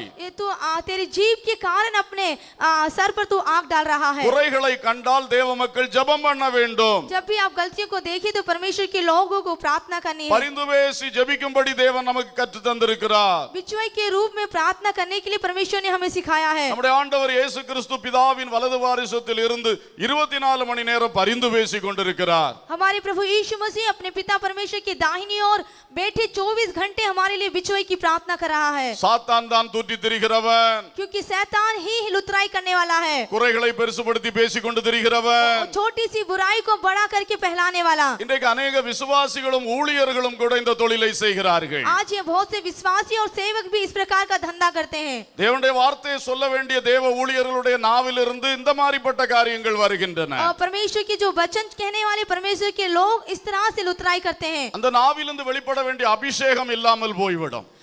जो जीभ से अभिषेक प्रकट होता है वो जाता रहेगा। களிம்பு ஏறினால் மழுங்கின கத்தியாய் மாறி போகும். यदि मेल जीभ पर चढ़ जाए तो छुरी बेधार हो जाएगी। தேவ பிள்ளைகள் இதிலே ஜாக்கிரதையாய் இருக்க வேண்டும். इसलिए हे प्रभु की जनों आप सावधान हो जाएं। கண்டதையும் காணாததையும் சொல்லி தூற்றி திரியாதிருங்கள். जो आपने नहीं देखा और नहीं जानते उसे आप ना फैलाएं। உங்கள் தலைகளின் மேல் நீங்களே அக்கினியை குவிக்காதிருங்கள். आप अपने सर पर खुद ही आग ना डालें। கர்த்தர் திரும்ப திரும்ப புடமிடுவதற்கு ஒரு தேவையை வருத்தாதிருங்கள். परमेश्वर आपको बार बार तपाए, इस तरह की स्थिति आप ना लाएं। அப்போ இந்த நாவு சரியில்லாம போகும் பொழுது அடுத்தது ஒரு புடத்துக்குள்ளே கர்த்தர் அனுப்புகிறார். तो हमारी जीभ साफ ना होने के कारण फिर से प्रभु हमें तपाया करता है। நம்மை அவர் நேசிப்பது உண்மை என்றால், यदि वो हम पर प्रेम करता है, यह सच है। நம்முடைய நாவு தவறு செய்தால் यदि हमारी जीभ से कुछ गलत हो गया உடனே ஒரு உபத்திரவத்துக்குள்ள போட்டுருவார். तो तुरंत ही वो दूसरे दुख में हमें डाल देगा। அது நமக்கு நன்மைதான். वो हमें भलाई को लेकर आएगा। அப்படியே விட்டு விட்டார்னா அந்த நாவு அப்படியே பாவம் செய்து ஆத்துமாவை நரகத்துக்கு கொண்டு போய்விடும். यदि उसे वैसा ही छोड़ दिया जाए तो ये जीव और भी ज्यादा पाप करके उस नरक में हमें धकेल देगी। அதனால் கர்த்தர் நேசிக்கிற பிள்ளைகள் ஏதாவது தேவையில்லாம பேசினா ஒட்டனா அவங்களுக்கு அடியை கொடுப்பார். इसलिए जो परमेश्वर के बच्चे जो जरूरत नहीं है ऐसी बात करने पर तुरंत ही उसे दंडित करता है। அது ஒரு புடம் என்பதை நாம் உடனே புரிந்து கொள்ள வேண்டும். वो आपको एक तपाया जाना है, आप तुरंत इस बात को समझ लीजिए। அந்த நாவின் தவறுகளை தேவனிடத்தில் அறிக்கை பண்ணி சரிபடுத்திக் கொள்ள வேண்டும். और जीव में आने वाली इस गलतियों को आप परमेश्वर के पास जाकर सही कर लें। திரும்ப அடுத்த ஒரு சூழ்நிலை வந்தோன்னா பழையபடி நாவை கண்டபடி பயன்படுத்த தொடங்க கூடாது. दूसरी परिस्थिति पे आने पर फिर से इस जीव का गलत प्रयोग नहीं करना चाहिए। நல்ல மாட்டுக்கு ஒரு சூடு போதும்னு நம்ம ஊர்ல சொல்லுவாங்க. ऐसा कहा जाता है कि समझदार को इशारा काफी है। ஒரு தடவை நம்ம புடமிடப்பட்டாச்சு, இனி திரும்ப திரும்ப நாவை தவறாய் பயன்படுத்தி திரும்ப திரும்ப புடத்துக்குள் போகக்கூடாது. यदि एक बार हमको अच्छी सीख मिल गई तो बार बार से हम उस स्थिति में नहीं जाना चाहिए. தேவ ஜனங்களுக்கு வருகிற अनेक உபத்திரவங்களுக்கு காரணம் அவருடைய நாவு தான். परमेश्वर के बच्चों के जीवन में आने वाली समस्या का पहला कारण है यह जीव. இந்த நாவை ஒழுங்கா வைத்துக் கொண்டு இருக்க மாட்டார்கள். ये जीव को आप सही बनाकर रखिए. கண்டபடி வளைத்து வளைத்து அம்புகளை ஏவுவார்கள். आप जैसी अपने मन की स्थिति है वैसी मोड़ मोड़ कर बातें ना करें. ஆண்டவர் எல்லாம் சேர்ந்து திரும்ப அடித்து விடுவார். परमेश्वर सब मिलाकर फिर से मारेगा. உன்னை திருத்தணுமே, क्योंकि आपको सुधारना है. அல்லேலூயா. हालेलूया. அவர் எதிர்பார்க்கிற இந்த நாவு சுவிசேஷம் சொல்ல வேண்டும். क्योंकि वो चाहता है कि ये जो जीव है वो सुसमाचार का प्रचार करें. இந்த நாவு ஜெபம் பண்ணி கொண்டிருக்க வேண்டும். ये जो जीव है वो प्रार्थना करें. இந்த நாவு நல்ல வார்த்தைகளை மக்களுக்கு சொல்ல வேண்டும். ये जो जीव है अच्छी बातें दूसरों को फैलाएं. என்னுடைய சத்தியத்தை இந்த நாவு விளம்ப வேண்டும். ये जो सत्य है उसको प्रचार करें. ஆனா இந்த நாவு அதை செய்யாம வேண்டாததெல்லாம் செய்து கொண்டிருக்கு. लेकिन ये जो जीव है जो नहीं करना चाहिए वो करती है. ஆகவே நேசிக்கிறவளை புடமிடுகிறார். इसलिए परमेश्वर जिससे प्रेम करता है उसे वो तपाता है. அல்லேலூயா. हालेलूया. செய்த தப்பை உணருங்கள். जो गलती की है उनको आप याद कीजिए திருந்துங்கள் और उससे फिर जाइए. அல்லேலூயா. हालेलूया. இந்த நாவு சுத்தமாக்கப்பட்ட வெள்ளியாய் மாறட்டும். ये जो जीव है वो शुद्ध की हुई एक चांदी के समान बन जाए. இந்த சுத்தமாக்கப்பட்ட வெள்ளி பாத்திரத்திலே கிறிஸ்துவின் சரீரமும் இரத்தமும் உள்ளே போகட்டும். ये जो शुद्ध किया हुआ चांदी रूपी जीवन है वो उसके अंदर प्रभु का रोटी और रस जाने पाए. இந்த அழுக்கு பாத்திரத்திலே விடாதிருங்க அதை. एक गंदे बर्तन में आप उसे ना डालें. அல்லேலூயா. हालेलूया. யூதாஸ் அழுக்கு பாத்திரத்திலே கிறிஸ்துவுடைய சரீரமாகிய அப்பத்தையும் ரசத்தையும் உள்ள எடுத்தான். यहूदा ने अपने गंदे शरीर में प्रभु यीशु मसीह का उस रोटी को और उस रस को लिया. அது உள்ள போய் பயங்கரமான வேலை செய்து விட்டது. और जब उसने पिया तो उसके जीवन में बहुत ही भयंकर काम कर दिया. அல்லேலூயா. हालेलूया. சில வேளை சோறத்தான் சாப்பிடுவோம், कुछ एक समय खाना खाते हैं, அதுவே சில சமயம் ஃபுட் பாய்சன் ஆயிட்டுன்னா என்ன பாடு. लेकिन कुछ एक समय में यदि फूड पॉइजन हो गया तो कितनी बड़ी दुख की बात. அதே மாதிரி தான் இதுவும். वैसे ही ये भी தகுதியா சாப்பிட்டா ஆசீர்வாதத்தை கொண்டு வரும். यदि हमारे जीवन में योग्यता है तो हम आशीष को पाएंगे. தகுதி இல்லாம சும்மா லபக்குன்னு உள்ள விட்டா பயங்கரமான வேலை செஞ்சிரும் உள்ள போய். और यदि हमारे पास योग्यता नहीं है और हम खाएं तो ये हमारे लिए बहुत ही नुकसान को उत्पन्न करेगी. பைபிள் சொல்லுது இத தகுதி இல்லாம சாப்பிடுறதுனால अनेகர் பலவீனர்களா இருக்கிறார்கள். बाइबल कहती है कि जो अनजाने में इसको खाते हैं बहुत से निर्बलता हो जाते अनेகர் हैं, வியாதியா இருக்கிறார்கள். बहुत से लोग बीमार हैं, சிலர் நித்திரையும் कुछ அடைந்திருக்கிறார்கள். ऐसे हैं जो सो गए हैं. எப்படிப்பட்ட வேலை செய்து பாத்துங்க. देखिए कितना भयंकर काम करती है. இந்த நாவு சுத்த வெள்ளியாய் மாற तो ये வேண்டும். जो जीव है वो शुद्ध चांदी रूप में बने. அல்லேலூயா. हालेलूया. இன்னைக்கு இந்த பிரசங்கத்தை நாம் கேட்கும் பொழுது आज इस संदेश को सुनते हुए ஆண்டவரே நீ அடுத்த ஆளுகளை பற்றி நான் பேச மாட்டேன். कहिए कि हे प्रभु मैं दूसरे व्यक्ति के बारे में बात नहीं करूंगा. யாரை பற்றி குறை கேட்டாலும் உங்கள்ட்ட வந்து ஜெபம் பண்ணுவேன். यदि किसी की बुराई मैंने सुन ली तो मैं आपके पास आकर प्रार्थना करूंगा. ஒரு நல்ல தீர்மானத்தை இன்னைக்கு எடுங்க. एक अच्छा निर्णय आज लीजिए. இன்னொரு ஜெபம் சொல்லி தாரேன். एक और प्रार्थना सिखाता हूँ. ஆண்டவரே ஒரு புடமிட்டு இதை திருத்தாம இப்பமே ஒன்னு திருத்திருங்கப்பா. हे पिता आप तपाए जाने से पहले आज ही मुझे तपा दीजिए. நானே என் நாவை உங்க கையில ஒப்பு கொடுக்கிறேன். मैं ही अपने जीव को तेरे हाथ में अर्पण करता हूँ. நீங்களே ஒன்னு திருத்திருங்க आप ஆண்டவரே. ही इसे सुधार दीजिए. நான் தீர்மானம் எடுத்துட்டேன் ஆண்டவரே. मैंने निर्णय ले लिया है प्रभु. இனி புடமிடாதீங்கப்பா. आप मुझे ना तपाइए प्रभु. அப்படின்னு ஜெபிக்கலாம்னு நினைக்கிறேன். इस तरह से प्रार्थना कीजिए. मैं सोचता हूँ உங்களுக்கு வசதியா சொல்லித்தார். आप इसको आपकी सरलता के लिए. அல்லேலூயா. हालेलूया. ஏன்னா ஏகப்பட்ட ஆளுகளுக்கு நாவு சும்மா இருக்கிறது இல்ல. लेकिन बहुतों की ये जो जीव है चुप नहीं रहती. இன்னைக்கு வாழ்க்கையில வர்ற अनेक பிரச்சனைக்கு நாவு தான் காரணமா இருக்கிறது. आज जो जीवन में आने वाली सारी समस्या का कारण है ये जीव. இன்னைக்கு இந்த நாக்க மட்டும் பிடிச்சி சிலுவையில அடிச்சிட்டீங்கன்னா பெரிய வெற்றி உங்களுக்கு. यदि इस जीव को लेकर आप क्रूस पर चढ़ा दिए तो आपको एक बड़ी विजय मिलेगी. அல்லேலூயா. हालेलूया. அல்லேலூயா. हालेलूया. கர்த்தருக்கு ஸ்தோத்திரம். அப்ப நாவை சரி செய்யும்படி புடமிடுகின்றார். तो अपने जीव को सही करने के लिए वो हमें तपाता है. அல்லேலூயா. हालेलूया. அடுத்ததாக சகரியா தீர்க்கதரிசனம் जकरिया भविष्यद्वक्ता की पुस्तक 13ஆம் அதிகாரம் 13वां अध्याय 8-9 வசனங்கள். 8 और 9 वचन. தேசமெங்கும் சம்பவிக்கும் காரியம் என்னவென்றால் அதில் இருக்கிற 2 பங்கு மனுஷர் சங்கரிக்கப்பட்டு மாண்டு போவார்கள், 3ஆம் பங்கு அதில் மீதியாய் இருக்கும். அந்த 3ஆம் பங்கை நான் அக்கினிக்குட்பட பண்ணி வெள்ளியை உருக்குகிறது போல அவர்களை உருக்கி பொன்னை புடமிடுகிறது போல அவர்களை புடமிடுவேன். அவர்கள் என் நாமத்தை தொழுது கொள்வார்கள். நான் அவர்கள் என்னவென்று நான் சொல்லுவேன், கர்த்தர் என் தேவன் என்று அவர்கள் சொல்லுவார்கள். கர்த்தருக்கு ஸ்தோத்திரம் உண்டாவதாக. परमेश्वर की महिमा होवे। இங்கே சொல்லப்பட்டிருக்கிறது, தேசமெங்கும் ஒரு காரியம் சம்பவிக்கும். यहाँ पर लिखा है कि देश में एक घटना घटित होगी। 2 பங்கு மனிதர்கள் சங்கரிக்கப்பட்டு போவார்கள். 2/3 जो लोग हैं मारे जाएंगे, ஆனா ஒரு 3ஆம் பங்கு நிலைத்திருக்கும்.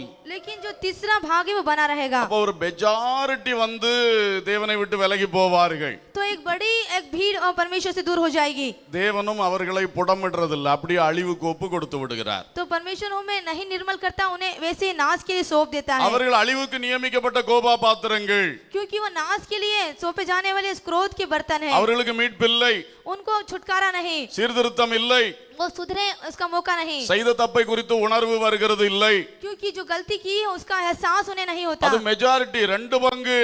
वो बड़ी भाग है, दूसरा 2 भाग அது போச்சு. वो चला गया। ஆனால் ஒரு 3ஆம் பங்கு இருக்கிறது. लेकिन एक तीसरा भाग है। இந்த 3ஆம் பங்கும் சரியாக இல்லை. ये जो तीसरा भाग है वो सही नहीं, ஆனால் இந்த 3ஆம் பங்கின் மேல் தேவனுடைய ஒரு கிருபை இருக்கிறது. लेकिन इस तीसरे भाग में परमेश्वर का अनुग्रह है। இது தெரிந்து கொள்ளப்பட்ட கிருபா பாத்திரங்கள். क्योंकि एक अनुग्रह भी एक बर्तन है। ஆகையால இந்த 3ஆம் பங்கை நான் அக்கினிக்கு உட்பட பண்ணுவேன். तो ये तीसरा जो बर्तन है उसे मैं आग में तपाऊंगा। வெள்ளியை உருக்குறது போல அவர்களை உருக்குவேன். जिस तरह चांदी को तपाया जाता वैसे ही, பொன்னை புடமிடுகிறது போல அவர்களை புடமிடுவேன். जैसे सोने को जांचा जाता है वैसे, அப்பொழுது அவர்கள் என் நாமத்தை தொழுது கொள்ளுவார்கள். तब वो मेरे से प्रार्थना करेंगे நான் அவர்கள் விண்ணப்பத்தை கேட்பேன். और मैं उनकी सुनूंगा।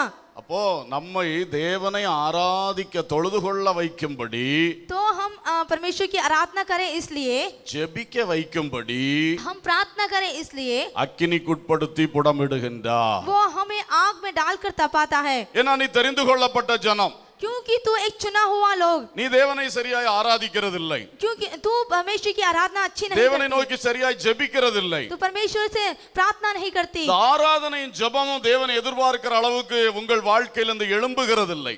जो परमेश्वर चाहता है एक आराधना और प्रार्थना तुम्हारे जीवन से उस तरह से नहीं उठती, ஆனால் கர்த்தர் உங்களை தெரிந்து கொண்டிருக்கிறார். लेकिन परमेश्वर ने आपको चुना है। ஆகவே இந்த ஆராதனையிலும் ஜெபத்திலும் சரிப்படுத்துவதற்காக तो इस प्रार्थना और आराधना में सही करने के உன்னை लिए அக்கினிக்குட்படுத்துகிறார். तुझे आग में डालता है। இந்த சிலருடைய வாழ்க்கையில் வந்திருக்கிற போராட்டங்களுக்கு காரணம் இது. तो कुछ एक के जीवन में जो संग्राम आया है उसका कारण यही है। எதற்காக உங்களை இந்த போராட்டத்தில் புடமிடுகின்றார்? क्यों इस प्रकार के संघर्ष में आपको तपाता है? ஆராதனையில் உங்களை உயர்த்துவதற்காக. क्योंकि आराधना में आपको उठाने के लिए, வீட்டில் ஆராதனை இல்லை, क्योंकि घर में आराधना नहीं है, சபையில் ஆராதனை முடிந்த பிறகு வருகிறீர்கள், और कलीसिया में आराधना खत्म होने पर आते हो, சபையில் வந்தாலும் சரியாய் ஆராதிக்கிறதில்லை. और यदि आ भी जाए तो उसे ठीक रीति से आराधना नहीं நம்முடைய करते, தேவன் ஆராதிக்கப்படத்தக்கவர், क्योंकि हमारा परमेश्वर आराधना के योग्य है, ஆராதனைக்குரிய தெய்வம். वो आराधना के योग्य है। ஆனால் अनेகர் அவரை தொழுது கொள்ள வேண்டிய விதம் தொழுது கொள்ளவில்லை. लेकिन कुछ बहुत से हैं जिस तरह से उसे दंडवत करना चाहिए वैसा नहीं करते, ஏன்னா உலகத்திலே ரொம்ப பிஸி, क्योंकि संसार में वो बहुत ही बिजी हैं, ஜெபம் பண்ண நேரம் இல்லை, और प्रार्थना करने का समय नहीं। ஜெபம் எல்லாம் கடமையாய் மாறுகிறது, एक काम के लिए वो प्रार्थनाएं बदल गई है, தேவைக்கு மட்டும் ஜெபமாய் மாறுகிறது. केवल जरूरत के लिए प्रार्थनाएं बदल गई है। இந்த ஜெபங்களை இன்னும் வளர்ப்பதற்காக इन प्रार्थना में और अधिक बढ़ने के लिए கர்த்தர் சில புடமிடுதலுக்குள் ஒப்பு கொடுக்கிறார். परमेश्वर आपको निर्बल बनाने के लिए तपाता है, ஏனென்றால் நீ தெரிந்து கொள்ளப்பட்ட ஜனம், क्योंकि तू एक चुना हुआ प्रजा நீ है। மீதி வைக்கப்பட்ட 3ஆம் பங்கு, तू जो बाकी रह गया वो तीसरा भाग है। உன்னை இழக்க தேவன் விரும்பவில்லை. तुझे खोना परमेश्वर नहीं चाहता, ஆனால் உன்னை இப்படியே வைத்துக் கொண்டிருந்தால் அவருக்கு பிரயோஜனமும் இல்லை. लेकिन यदि तुझे ऐसा ही रखे तो उससे कुछ लाभ भी नहीं। உன்னை புடமிட்டு உன்னிலிருந்து ஒரு மகிமையான ஆராதனை எழுப்ப அவர் சித்தமாய் இருக்கிறார். तुझे तपाकर तुझे द्वारा जो महिमा रूप आराधना निकलना चाहती वो तुझसे चाहता உன்னை है। புடமிட்டு உன்னிலிருந்து ஜெபத்தை எழுப்ப தேவன் சித்தமாய் இருக்கிறார். तुझे ताया करके वो तेरे अंदर से जो प्रार्थना निकलती है वो चाहता है। இன்றைக்கு இந்த ரகசியத்தை புரிந்து கொள்ளுங்கள். आज इस गुप्त बात को आप समझ लीजिए। இந்த புடமிடுதல் இன்னும் நீண்டு கொண்டு போகாதபடி ये जो तपाया जाना ये लंबा ना होते बाय, வீட்டிலே தேவனை ஆராதிக்க ஆரம்பியுங்கள். अब अपने परिवार में घर पर प्रभु की आराधना करें, அதிகமா ஜெபிக்க ஆரம்பிங்க.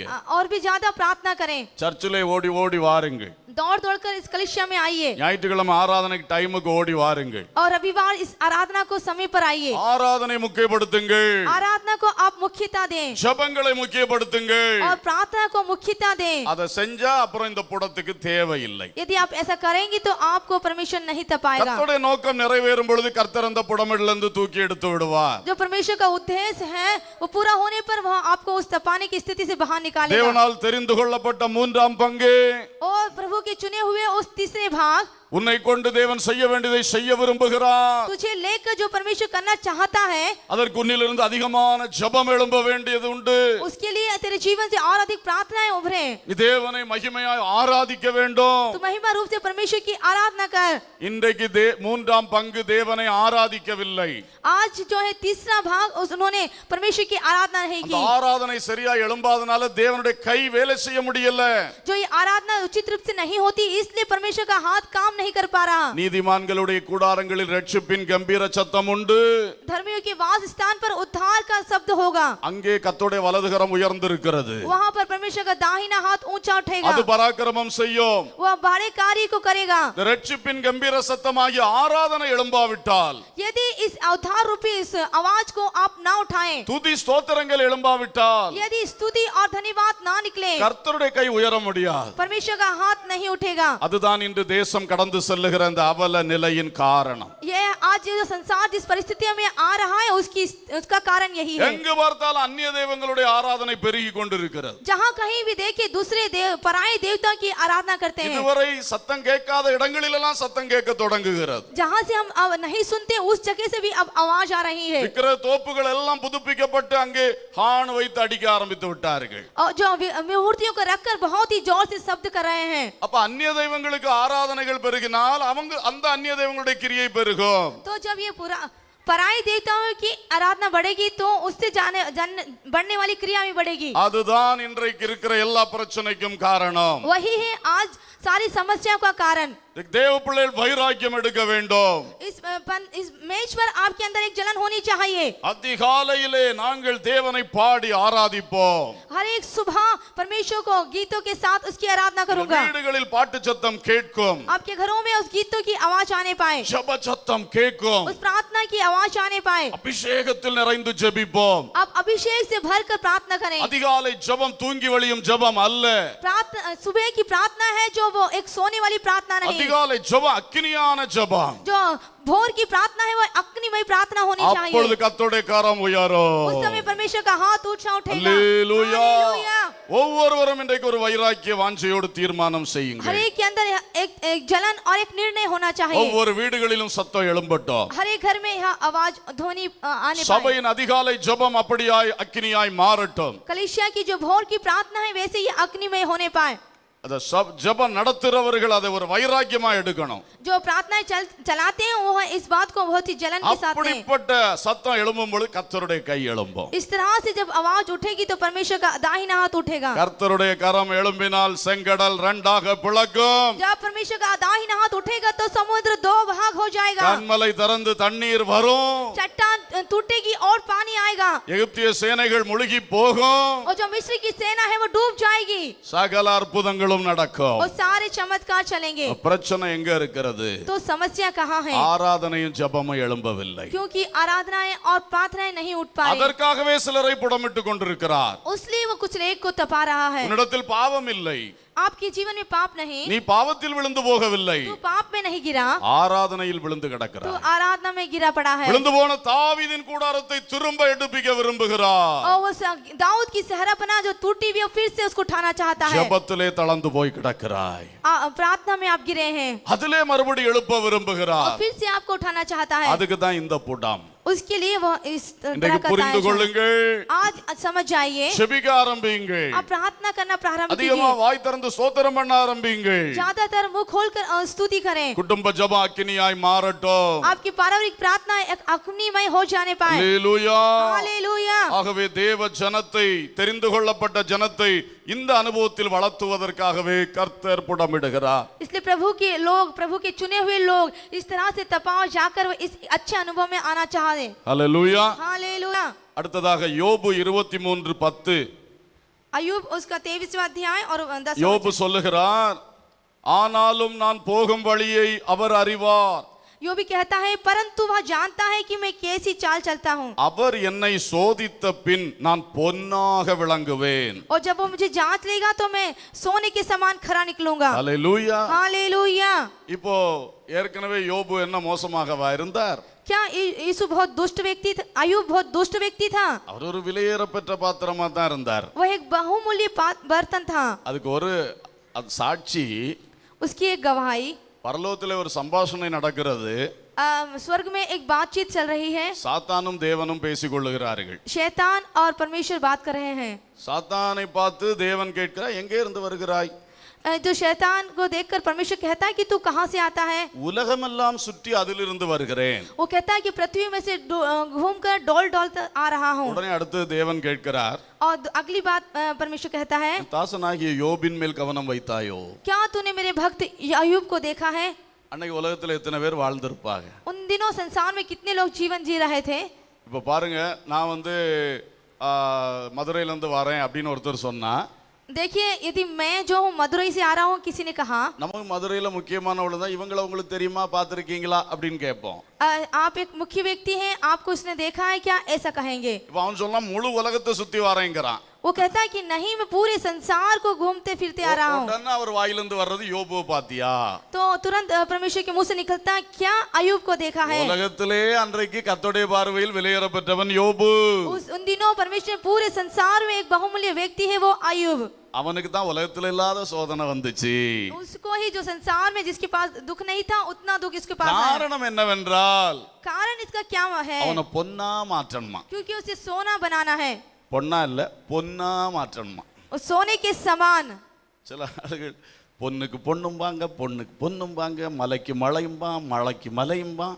அதனால தான் கரெக்டா சொல்றது. कुछ एक जो अर्थ को सही नहीं बताने के कारण वो ऐसे होते हैं. அப்போ பாருங்கள், பொன்னாக மாற்றுறதுக்காக, तो देखिए सोने के समान बनाने के लिए. அல்லேலூயா. हालेलुया. நம்மளுக்கு சிலருக்கு ஏன் சோதனை? क्यों हमारे जीवन में वो जांच होती है? நீங்க சிலருக்கு சோதனை வந்துச்சுன்னா, यदि किसी के जीवन में यह जांच आ गई, நல்லா யோசித்து பாப்பீங்க, அப்படி ஒரு பாதகம் நான் செய்யலையே, தப்பு செய்யலையே, பாவம் செய்யலையே என்று துருவி துருவி பார்த்தாலும் உங்களுக்கு ஒரு பாவம் தென்படாது. आप अच्छी तरह से खोजेंगे कि मैंने इस तरह का कोई पाप नहीं किया, या आप अपने जीवन की परिस्थितियों को खोज खोज कर देखेंगे. ஆனாலும் நம்மிடத்தில் சில குறைகள் உண்டு. लेकिन हमारे जीवन में कुछ घटिया हैं. குறை இல்லாத மனுஷன் கிடையாது. कमी घटिया का कोई व्यक्ति नहीं. ஆனா இப்ப கர்த்தர் என்ன செய்யறார்? அந்த குறையும் மாற்றி பொன்னாய் மாற்ற விரும்புகிறார். परमेश्वर उस कमी को भी दूर करके सोने के समान बनाता है. அல்லேலூயா. हालेलुया.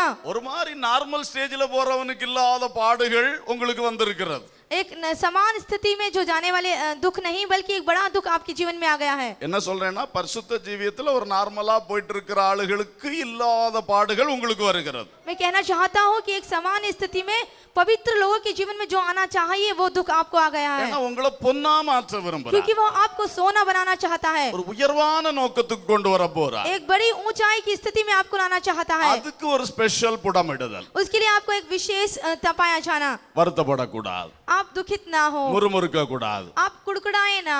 அவன் எல்லாம் இருக்கிறத விட நான் எவ்வளவு நல்லா ஜெபம் பண்ணேன், ओ उसके समान नहीं, मैंने उससे बढ़कर अच्छी प्रार्थना की. நான் இந்த இயேசுவுக்கா எவ்வளவு வைராக்கியம் பாராட்டினேன், मैं इस यीशु के लिए कितनी ही जलन रखता हूँ. சத்தியத்துக்காக விசுவாசத்துக்காக நான் என்னெல்லாம் எப்படியெல்லாம் நின்னேன். मैं सत्य के लिए और विश्वास के लिए मैंने कितना खड़ा रहा. ஆனா அவனுக்கெல்லாம் இல்லாத போராட்டம் ஏன் எனக்கு வந்துச்சு?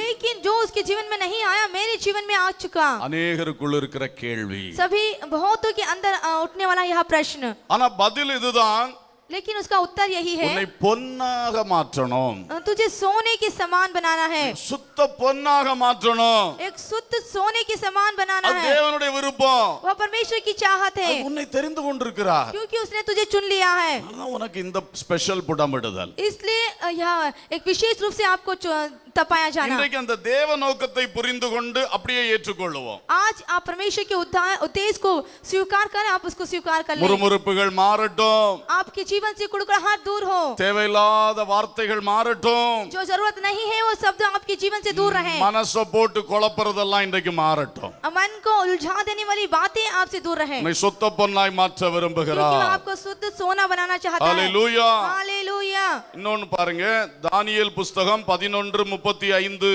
दानियेल की पुस्तक 11वां अध्याय 35वां वचन। எல்லா தீர்க்கதரிசிகளுமே புடமிடுதலை பற்றி பேசி இருக்கிறார்கள். सभी भविष्यद्वक्ता ने इस तपाए जाने के बारे में कहा है। தானியேல் சொல்றத வாசிங்க 11:35. அறிவாளிகளை புடமிடுகிறதற்கும் சுத்திகரிக்கிறதற்கும் வெண்மையாக்குறதற்கும் அவர்களில் சிலர் விழுவார்கள். முடிவு கால பரியந்தம் இப்படி இருக்கும். குறித்த காலம் வர இன்னும் நாள் செல்லும். தானியேல் ஒரு பெரிய அறிவாளி. जो दानियल था वो बहुत ज्ञानी था। அவர் சொல்றாரு அறிவாளிகளுக்கும் புடமிடுதல் உண்டு. वो कहता है कि सिखाने वालों के लिए भी जांच होती है। அவர்களையும் புடமிடணும், சுத்திகரிக்கணும், வெண்மையாக்க வேண்டும். उन्हें भी निर्मल करना है और उजला बनाना है। அதற்காக அவர்களில் சிலர் விழுவார்கள். इसलिए उनको कुछ एक इसलिए गिरते हैं। அறிவாளிகளை புடமிடுறதுக்கு ஒரு வித்தியாசமான ஒரு யுக்தி ஆண்டவர் கையாளுகிறார். ये जो सिखाने वाले हैं अर्थात ज्ञानी है उनको जांचने के लिए प्रभु एक विशेष तपाया जाना रखता है। 4-5 அறிவாளிகள் இருக்கிறார்கள். कुछ 4-5 ज्ञानी होते हैं। அவர்களில் ஒருவன் விழுகிறான். उनमें से एक गिरता है। அவன் விழுந்த உடனே वो गिरते तुरंत மற்ற அறிவாளிகளுக்கு பயங்கர உணர்வு வருகிறது. दूसरे जो ज्ञानी हैं अर्थात सिखाने वाले उनके अंदर एक एहसास जागता है। ஐயோ எங்களோடு இருந்தவன் விழுந்து போனானே, ओ मेरे साथ रहने वाला गिर गया है।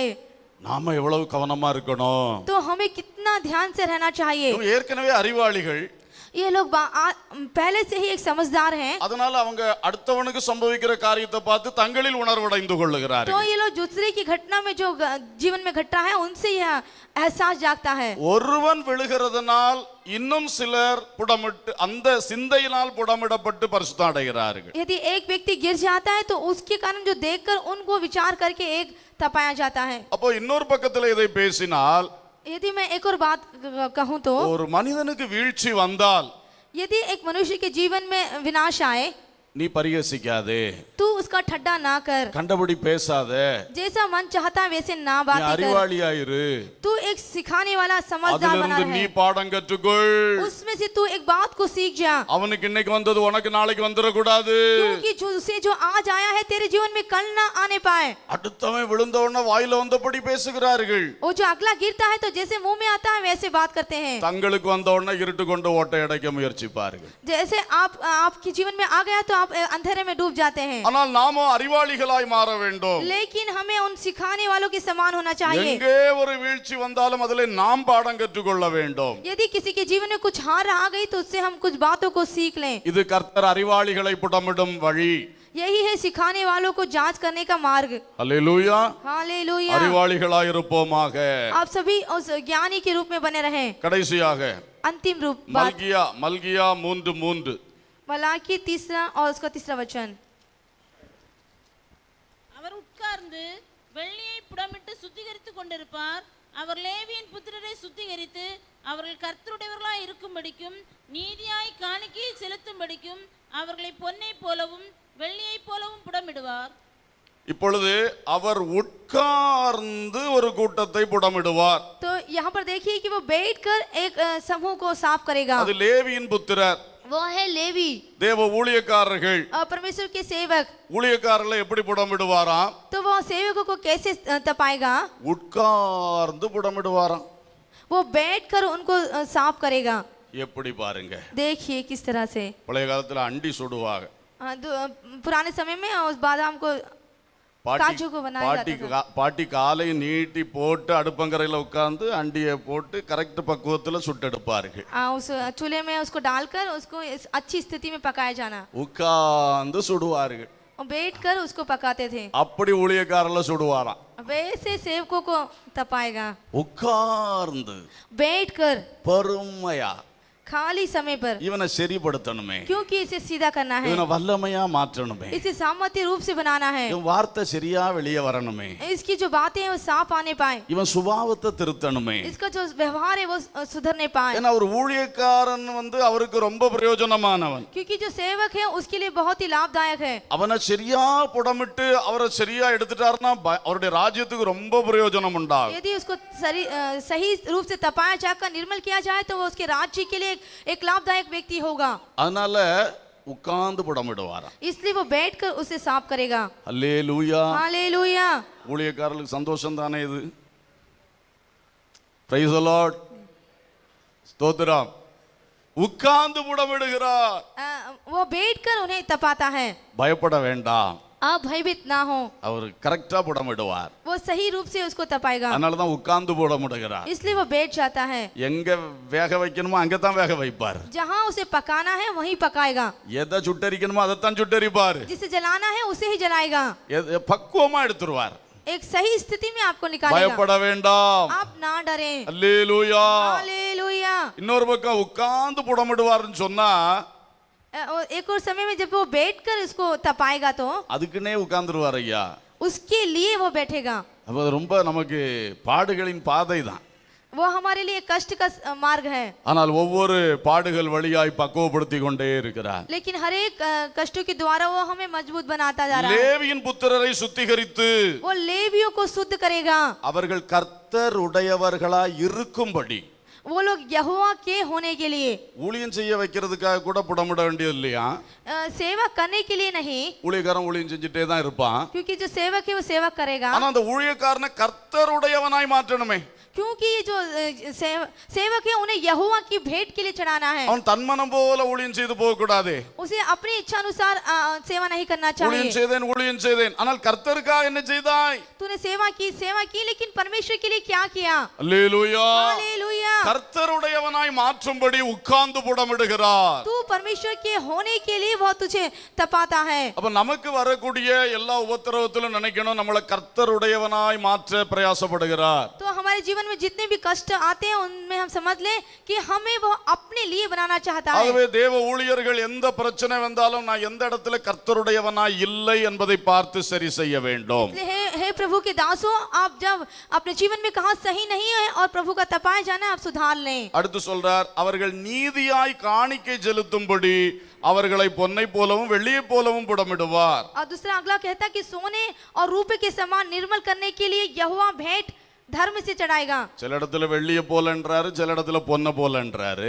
किसी स्थान में उसने सोने को कहा है, किसी में चांदी को कहा है. ஊழியக்காரனை பார்த்து சொல்ல உன்னை ரெண்ட போலையும் புடமிடுவேங்கிறார். लेकिन जब वो सेवक को देखकर कहा था कि तुझे दोनों के समान निर्मल करूंगा, எல்லா விதத்திலும் உன்னை புடமிடுவேன். पूरी तरह से मैं तुझे निर्मल करूंगा. நீ என்னுடையவனாய் இருக்க வேண்டும். तू मेरा होना चाहिए, நீ நீதியாய் காணிக்கை செலுத்த வேண்டும். क्योंकि तू धर्म से भेंट चढ़ानी चाहिए. அல்லேலூயா. हालेलुया. இது எதை காட்டுகிறது? यह किसे बताती है? தேவ மக்கள் கொண்டு வருகிற ஆடு காணிக்கை எல்லாம் இந்த ஊழியக்காரன் லேவியன் தானே அங்கே பலியை செலுத்தி ஆண்டவர் காணிக்கை செலுத்துகிறான்.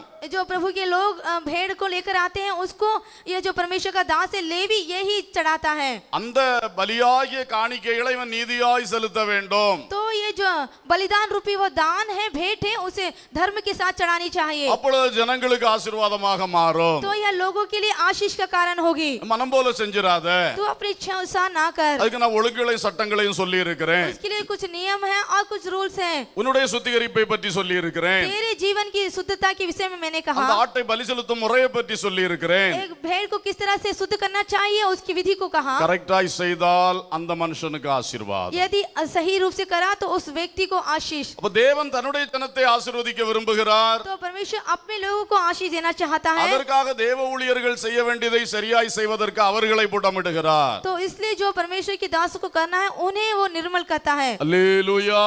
हालेलुया. இந்த காலத்திலே நாம் பார்க்கும் பொழுது इन समयों में जब हम देखते हैं உங்களுக்காக நாங்கள் செலுத்தும் காணிக்கைகள், आपके लिए जब जो हम भेंट चढ़ाते हैं, உங்களுக்காக பரிந்து பேசி ஜெபிக்கிறது, आपके लिए हम बिचवाई के रूप में प्रार्थना करते हैं, உங்களுக்காக தேவ சமூகத்தில் மன்றாடுவது, आपके लिए हम परमेश्वर की उपस्थिति में विनती करते हैं. அல்லேலூயா. हालेलुया. அது மட்டுமல்ல, यही काफी नहीं, நீங்கள் கொடுக்கிற எழுத்தின்படியான காணிக்கைகளை आप जो दान देते हैं वो लिखित रूप से அதற்குரிய முறையிலே தேவனை பிரியமாய் செலவிடுவது, उसकी जो विधि है और परमेश्वर की भाता हुआ उसे खर्च करना, இவைகளினால் தேவ ஆசீர்வாதம் தேவ ஜனத்துக்கு வரும். इसके द्वारा परमेश्वर का आशीष परमेश्वर के लोगों पर आएगी.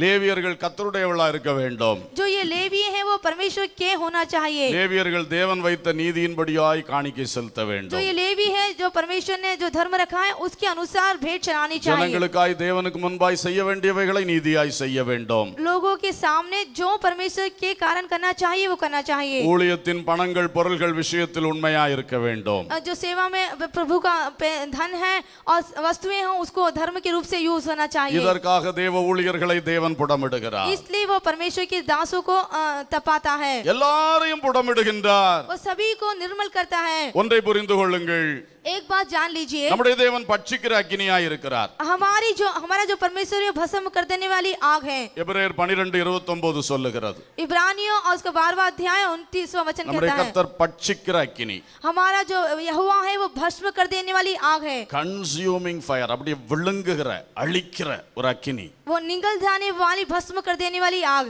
ஆனால் அவர் சத்துருக்களை தான் பட்சிப்பார். लेकिन वो दुष्ट उसके शत्रु को ही नाश करेगा। அவர் நம்மை புடமிட மட்டுமே செய்வார். वह हमें केवल तपाएगा अर्थात निर्मल करेगा। கர்த்தர் அக்கினியாய் இறங்கும் பொழுது, जब परमेश्वर आग के रूप से गिरने पर அந்த அக்கினியினால சத்துரு பட்சிக்கப்பட்டு போவா. उस आग के द्वारा शत्रु जल जाएगा। ஆனால் தேவ பிள்ளையோ लेकिन परमेश्वर के लोग ஒன்லி புடமிடப்படுதல், केवल वो तपाए जाएंगे, निर्मल किए जाएंगे, அழிக்க மாட்டார். वो नाश नहीं करेगा। முச்செடி அக்கினியினால் பற்றி எரிகிறது, और जो वो झाड़ियां थी वो आग के द्वारा जल रही थी, ஆனால் வெந்து போகவில்லை. लेकिन वो भस्म नहीं हुई। அளந்து செய்வார். वो नाप कर करेगा। அல்லேலூயா. हालेलुया। சத்துருவின் மேல இறங்கும் பொழுது பட்சிக்கிற அக்கினியாய் இறங்குவா, அவன் இல்லாமலே போயிடுவான்.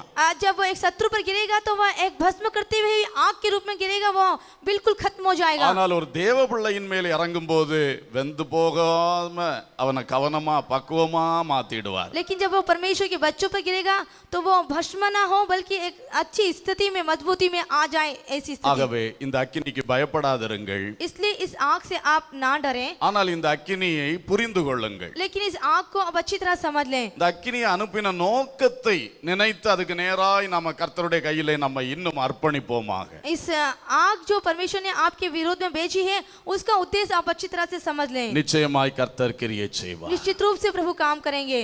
ஏசாயாவின் நாவை தொட்டார் அல்லவா? क्या उसने यशायाह की जीभ को नहीं छुआ? அவன் நாவை பேச விடாம ஆக்குறதுக்காகவா? क्या उसकी जो जीभ है बातें ना कहे इसके लिए? அவன் நாவை இன்னும் கூர்மையான கருவியாய் மாற்றினார். उसका जो जीभ है और भी ज्यादा तीखा और तीक्ष्ण बोलने के लिए। ஹல்லேலூயா. हालेलुया। அதே கர்த்தர் இன்றைக்கு அக்கினியாய் நம் நடுவில் வந்திருக்கிறார். वैसे ही परमेश्वर हमारे मध्य में आग के समान आ गया है। ஏற்கனவே நம்ம பலருடைய வாழ்க்கையில அக்கினி சோதனையை தந்திருக்கிறார். ऐसे ही बहुत से जीवनों में उस आग रूपी परीक्षाएं हैं। இந்த புடமிடுதலிலே வெற்றியாய் வெளியே கொண்டு வருவார். इस तपाए जाने निर्मल की स्थिति में वो एक विजय के रूप से आपको बाहर இப்பொழுது निकालेगा। கண்களை மூடி நாம் ஜெபிக்கலாம். आंखें बंद करके हम प्रार्थना करेंगे। ஹல்லேலூயா. हालेलुया। எல்லாரும் கர்த்தரை நாம் நோக்கி பார்க்கலாம். सभी परमेश्वर को देखिए। யாரெல்லாம் எந்த வேதனைக்குள் உபத்திரவத்துக்குள் சென்று கொண்டிருக்கிறீர்களோ, कौन किस परेशानी में और दुख में आप चल रहे हैं, இந்த வேளையில மனம் திறந்து ஜெபிக்க போறீங்க. आप पूरे मन को खोलकर प्रार्थना कीजिए। என்ன நோக்கத்தினால் என்னை புடமிடுகிறார்? किस उद्देश्य के लिए वो हमें निर्मल कर रहा है? செய்தி சொல்லும் பொழுதே நீங்க கண்டுபிடிச்சிருப்பீங்க. आप इस संदेश को सुनते ही उस समस्या को आपने पा लिया होगा। செழிப்பான இடத்தில் உங்களை கொண்டு வருவதற்காக, एक हरियाली के क्षेत्र में आपको लाने के लिए, தவறுகளை உணர்த்தி திருத்துவதற்காக, आपकी गलतियों को सुधार कर एक अच्छी स्थिति में लाने के लिए, உங்கள் நாவை சரி செய்யும்படியாக, आपकी जीभ को सुधारने के लिए, தேவனை ஆராதிக்க ஜெபிக்க வைக்கும்படியாக, परमेश्वर की आराधना और प्रार्थना करने के लिए, இன்னும் பொன்னாக விளங்க செய்யும்படியாக, और भी सोने के समान बनने के लिए, அறிவாளிகள் சுத்திகரிக்கப்படும்படியாக, जो बुद्धिशाली है वो और अधिक पवित्र होने के लिए, லேவியின் புத்திரரை தம்முடையவர்களாய் மாற்றும்படியாக, जो लेवी है उन्हें अपना बनाने के लिए, லேவியின் புத்திரர் நீதியாய் காணிக்கை செலுத்த जो வைக்கும்படியாக, लेवी है वो धर्म के साथ अपनी भेंट को चढ़ाने के लिए, அதற்கு தான் இந்த அக்கினி. उसके लिए है यह आग। ஹல்லேலூயா. हालेलुया। மோசேயை வனாந்திரத்தில் சந்தித்த அக்கினியே, மோசேயை வனாந்திரத்தில் சந்தித்த அக்கினியே, எங்கள் வாழ்க்கையையும் அக்கினியால் சந்தியும் தெய்வமே, எங்கள் வாழ்க்கையையும் உந்தன் அக்கினியால் சந்தியும் தெய்வமே, அபிஷேகம் அபிஷேகமே இப்போ தாரும் தெய்வமே, அக்கினி அக்கினியாய் என்னை மாற்றும் தெய்வமே, அபிஷேகம் அபிஷேகமே இப்போ தாரும் தெய்வமே,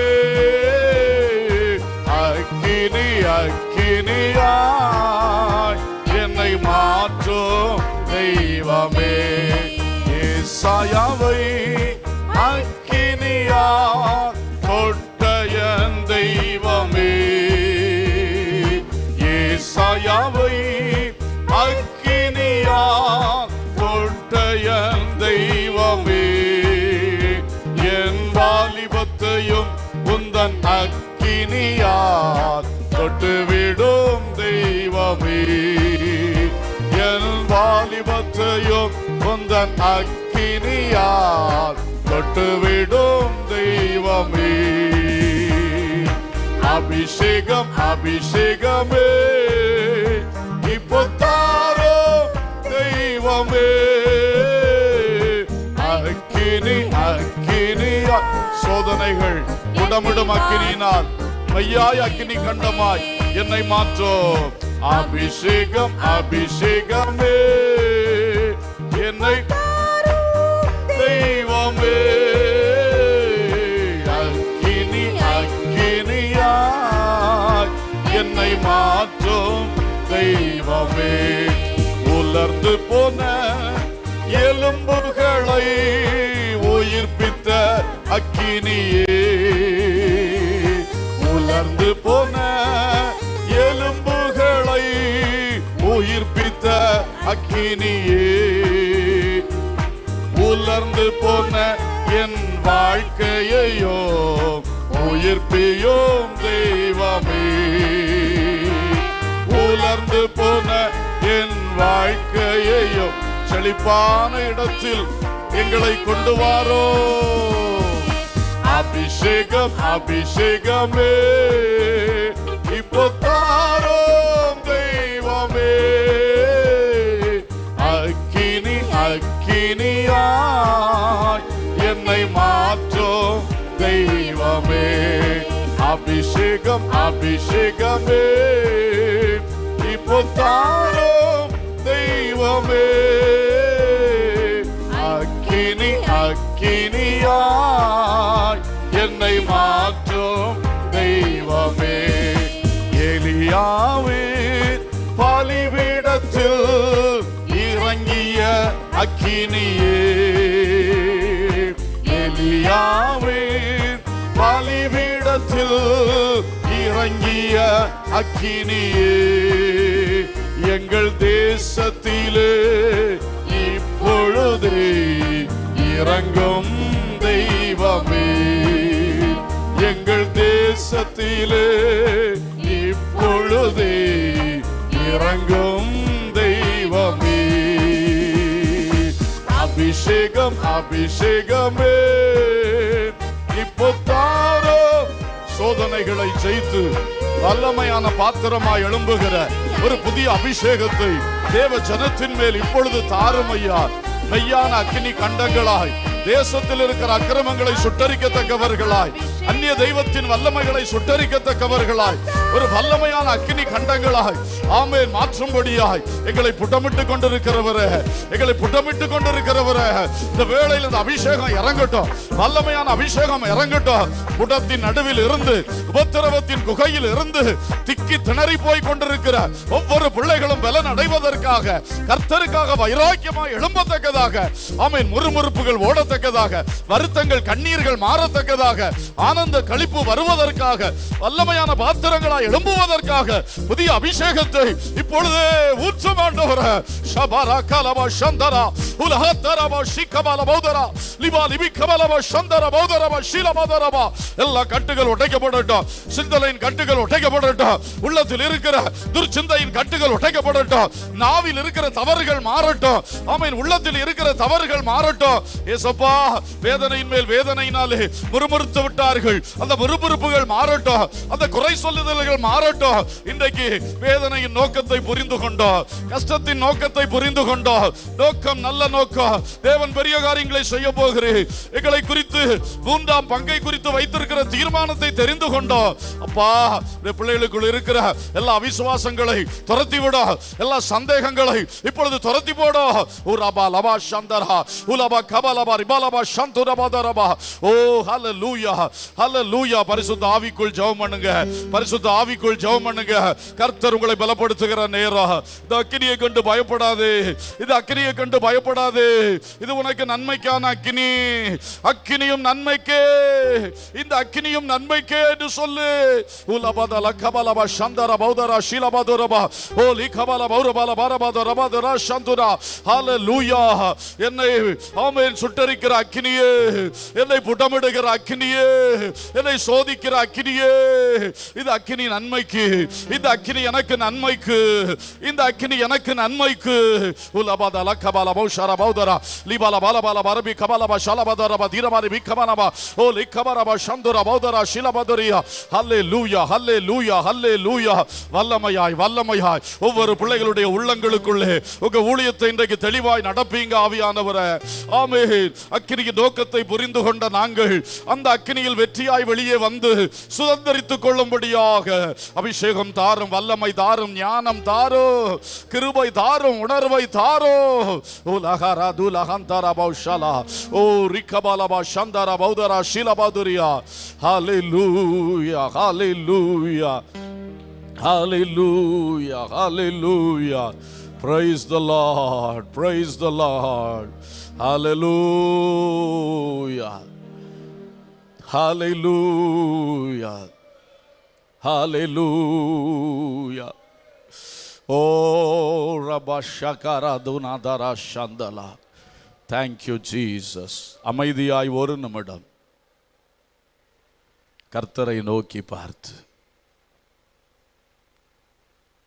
நான் இன்று கடந்து வருகிற இந்த வேதனையின் பாதை, நெருக்கத்தின் பாதை, நான் சற்றும் விரும்பாத வெறுக்கிற இந்த பாதை,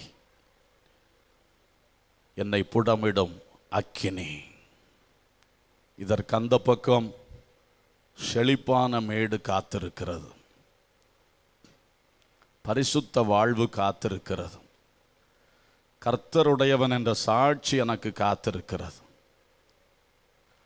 இவன் நீதியாய் செய்தான் என்ற சாட்சி எனக்கு காத்திருக்கிறது, அறிவாளி என்கிற சாட்சி எனக்கு காத்திருக்கிறது, இவனுடைய நாவு சுத்த வெள்ளி என்கிற சாட்சி எனக்கு காத்திருக்கிறது, இவன் ஆராதனை, இவன் ஜெபம் மேன்மை உள்ளது, இதனால் சாத்தான் கோட்டைகள் உடைந்தது என்கிற சாட்சி எனக்கு காத்திருக்கிறது. ஹல்லேலூயா. இன்னும் சுத்த பொன்னாய் மாறுவேன். ஹல்லேலூயா.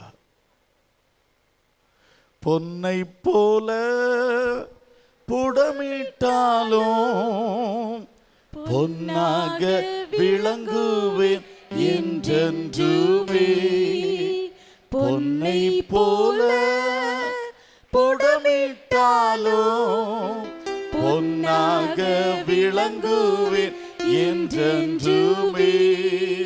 திராணிக்குமே சோதித்திடா, சோதித்தால் பலனளிப்பா.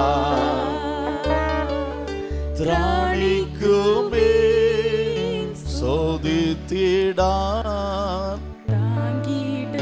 பலனளிப்பா. தேவசித்தம் நிறைவேற என்னையும் ஒப்படைக்கிறேன்.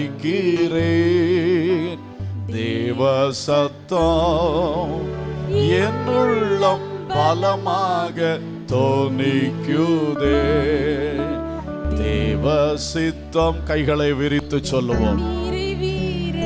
என்னையும் ஒப்படைக்கிறேன்.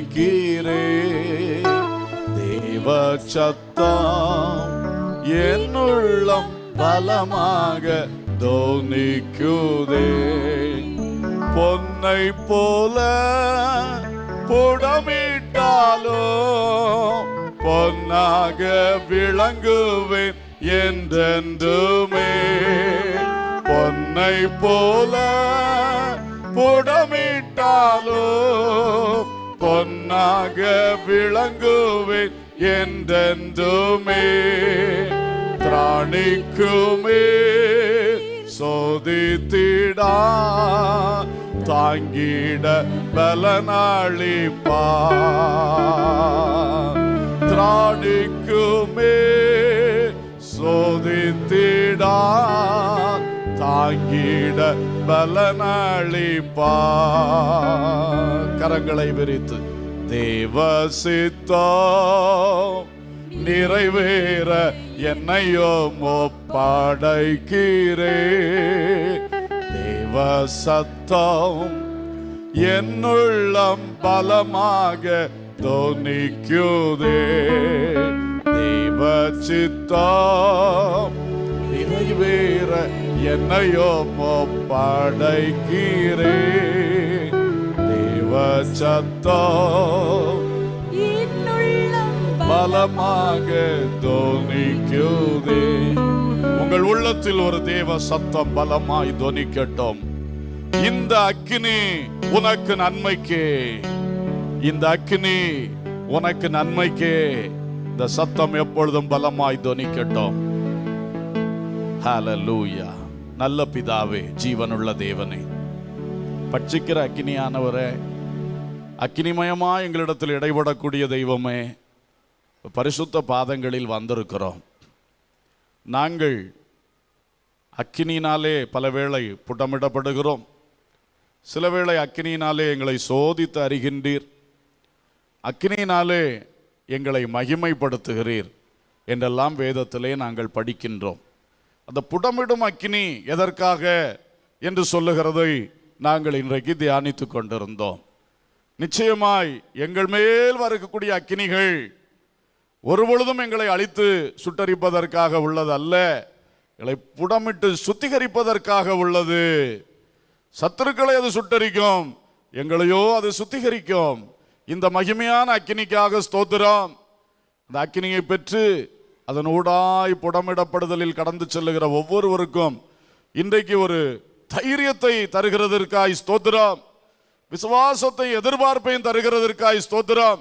இந்த முறுமுறுப்பையும் மனவேதனையும் ஆண்டவரே, அந்த வெறுப்பு நிறைந்த ஒரு அனுபவத்தை மாற்றி கர்த்தர் மேல் ஒரு புதிய நம்பிக்கை, ஒரு எதிர்பார்ப்பு, ஒரு சந்தோஷம் தருகிறதற்காய் ஸ்தோத்திரம். எல்லாருக்கும் அப்படியே செய்தருளும். இந்த அக்கினியிலிருந்து அன்றைக்கு சாத்ராக் மேஷக் ஆபேத்நேகோ வெளியே வந்தது போல வெற்றியாய் வெளியே வருவதற்கு, யோபு வெற்றியாய் வெளியே வந்தது போல ஒவ்வொரு தேவ பிள்ளைகள் ஆமீன் புடமிடுதல்லே வெற்றியாய் வெளியே வந்தது போல எங்களையும் நீர் அப்படியே செய்யும்படி ஜெபிக்கின்றோம். ஆசீர்வதியும். இன்றைக்கு எங்கள் மத்தியில் கொண்டு வந்த எல்லா தேவ பிள்ளைகளுக்காய் ஸ்தோத்திரம். குறிப்பாய் துபாயிலே தேவனுடைய ஊழியத்தை செய்கிற தம்முடைய தாசனுக்காய் ஸ்தோத்திரம். அவருடைய குடும்பத்திற்காய் ஸ்தோத்திரம். அப்பா, உடைய மகனை கொண்டு அங்கே செய்கிற கிரியைகளுக்காய் நன்றி சொல்லுகிறோம். தொடர்ந்து ஆசீர்வதியும், பலப்படுத்தும் ஆண்டவரே. ஆமீன். மகிமையான கிரியைகளை நீர் செய்வீராக, ஆசீர்வதிப்பீராக. குடும்பமாய் ஒன்றாயிருந்து ஊழியம் செய்ய வாசல் திறந்து தரும்படி ஜெபிக்கிறோம். மற்றும் அந்த வட இந்திய ஊழியங்களுக்காக ஜெபித்தோம். நிச்சயமாய் நல்ல செய்திகளை கேள்விப்பட, போராட்டங்கள் எல்லாம் மாறி போக, கர்த்தருடைய ஊழியம் மகிமையாய் வளர உதவி செய்யுங்க. இப்பொழுதும் உமது பந்தி ஆராதனைக்காய் எங்களை ஆயத்தம் செய்கிறோம். கர்த்தர் எங்கள் மேல் அசைவாடும் பெரிய காரியங்களை செய்யும். உமது நாமத்தை மகிமைப்படுத்தும். துதி கனம் மகிமை உமக்கே செலுத்துகின்றோம். இயேசுவின் நாமத்தில் கேட்கிறோம் ஜீவனுள்ள பிதாவே, ஆமென்.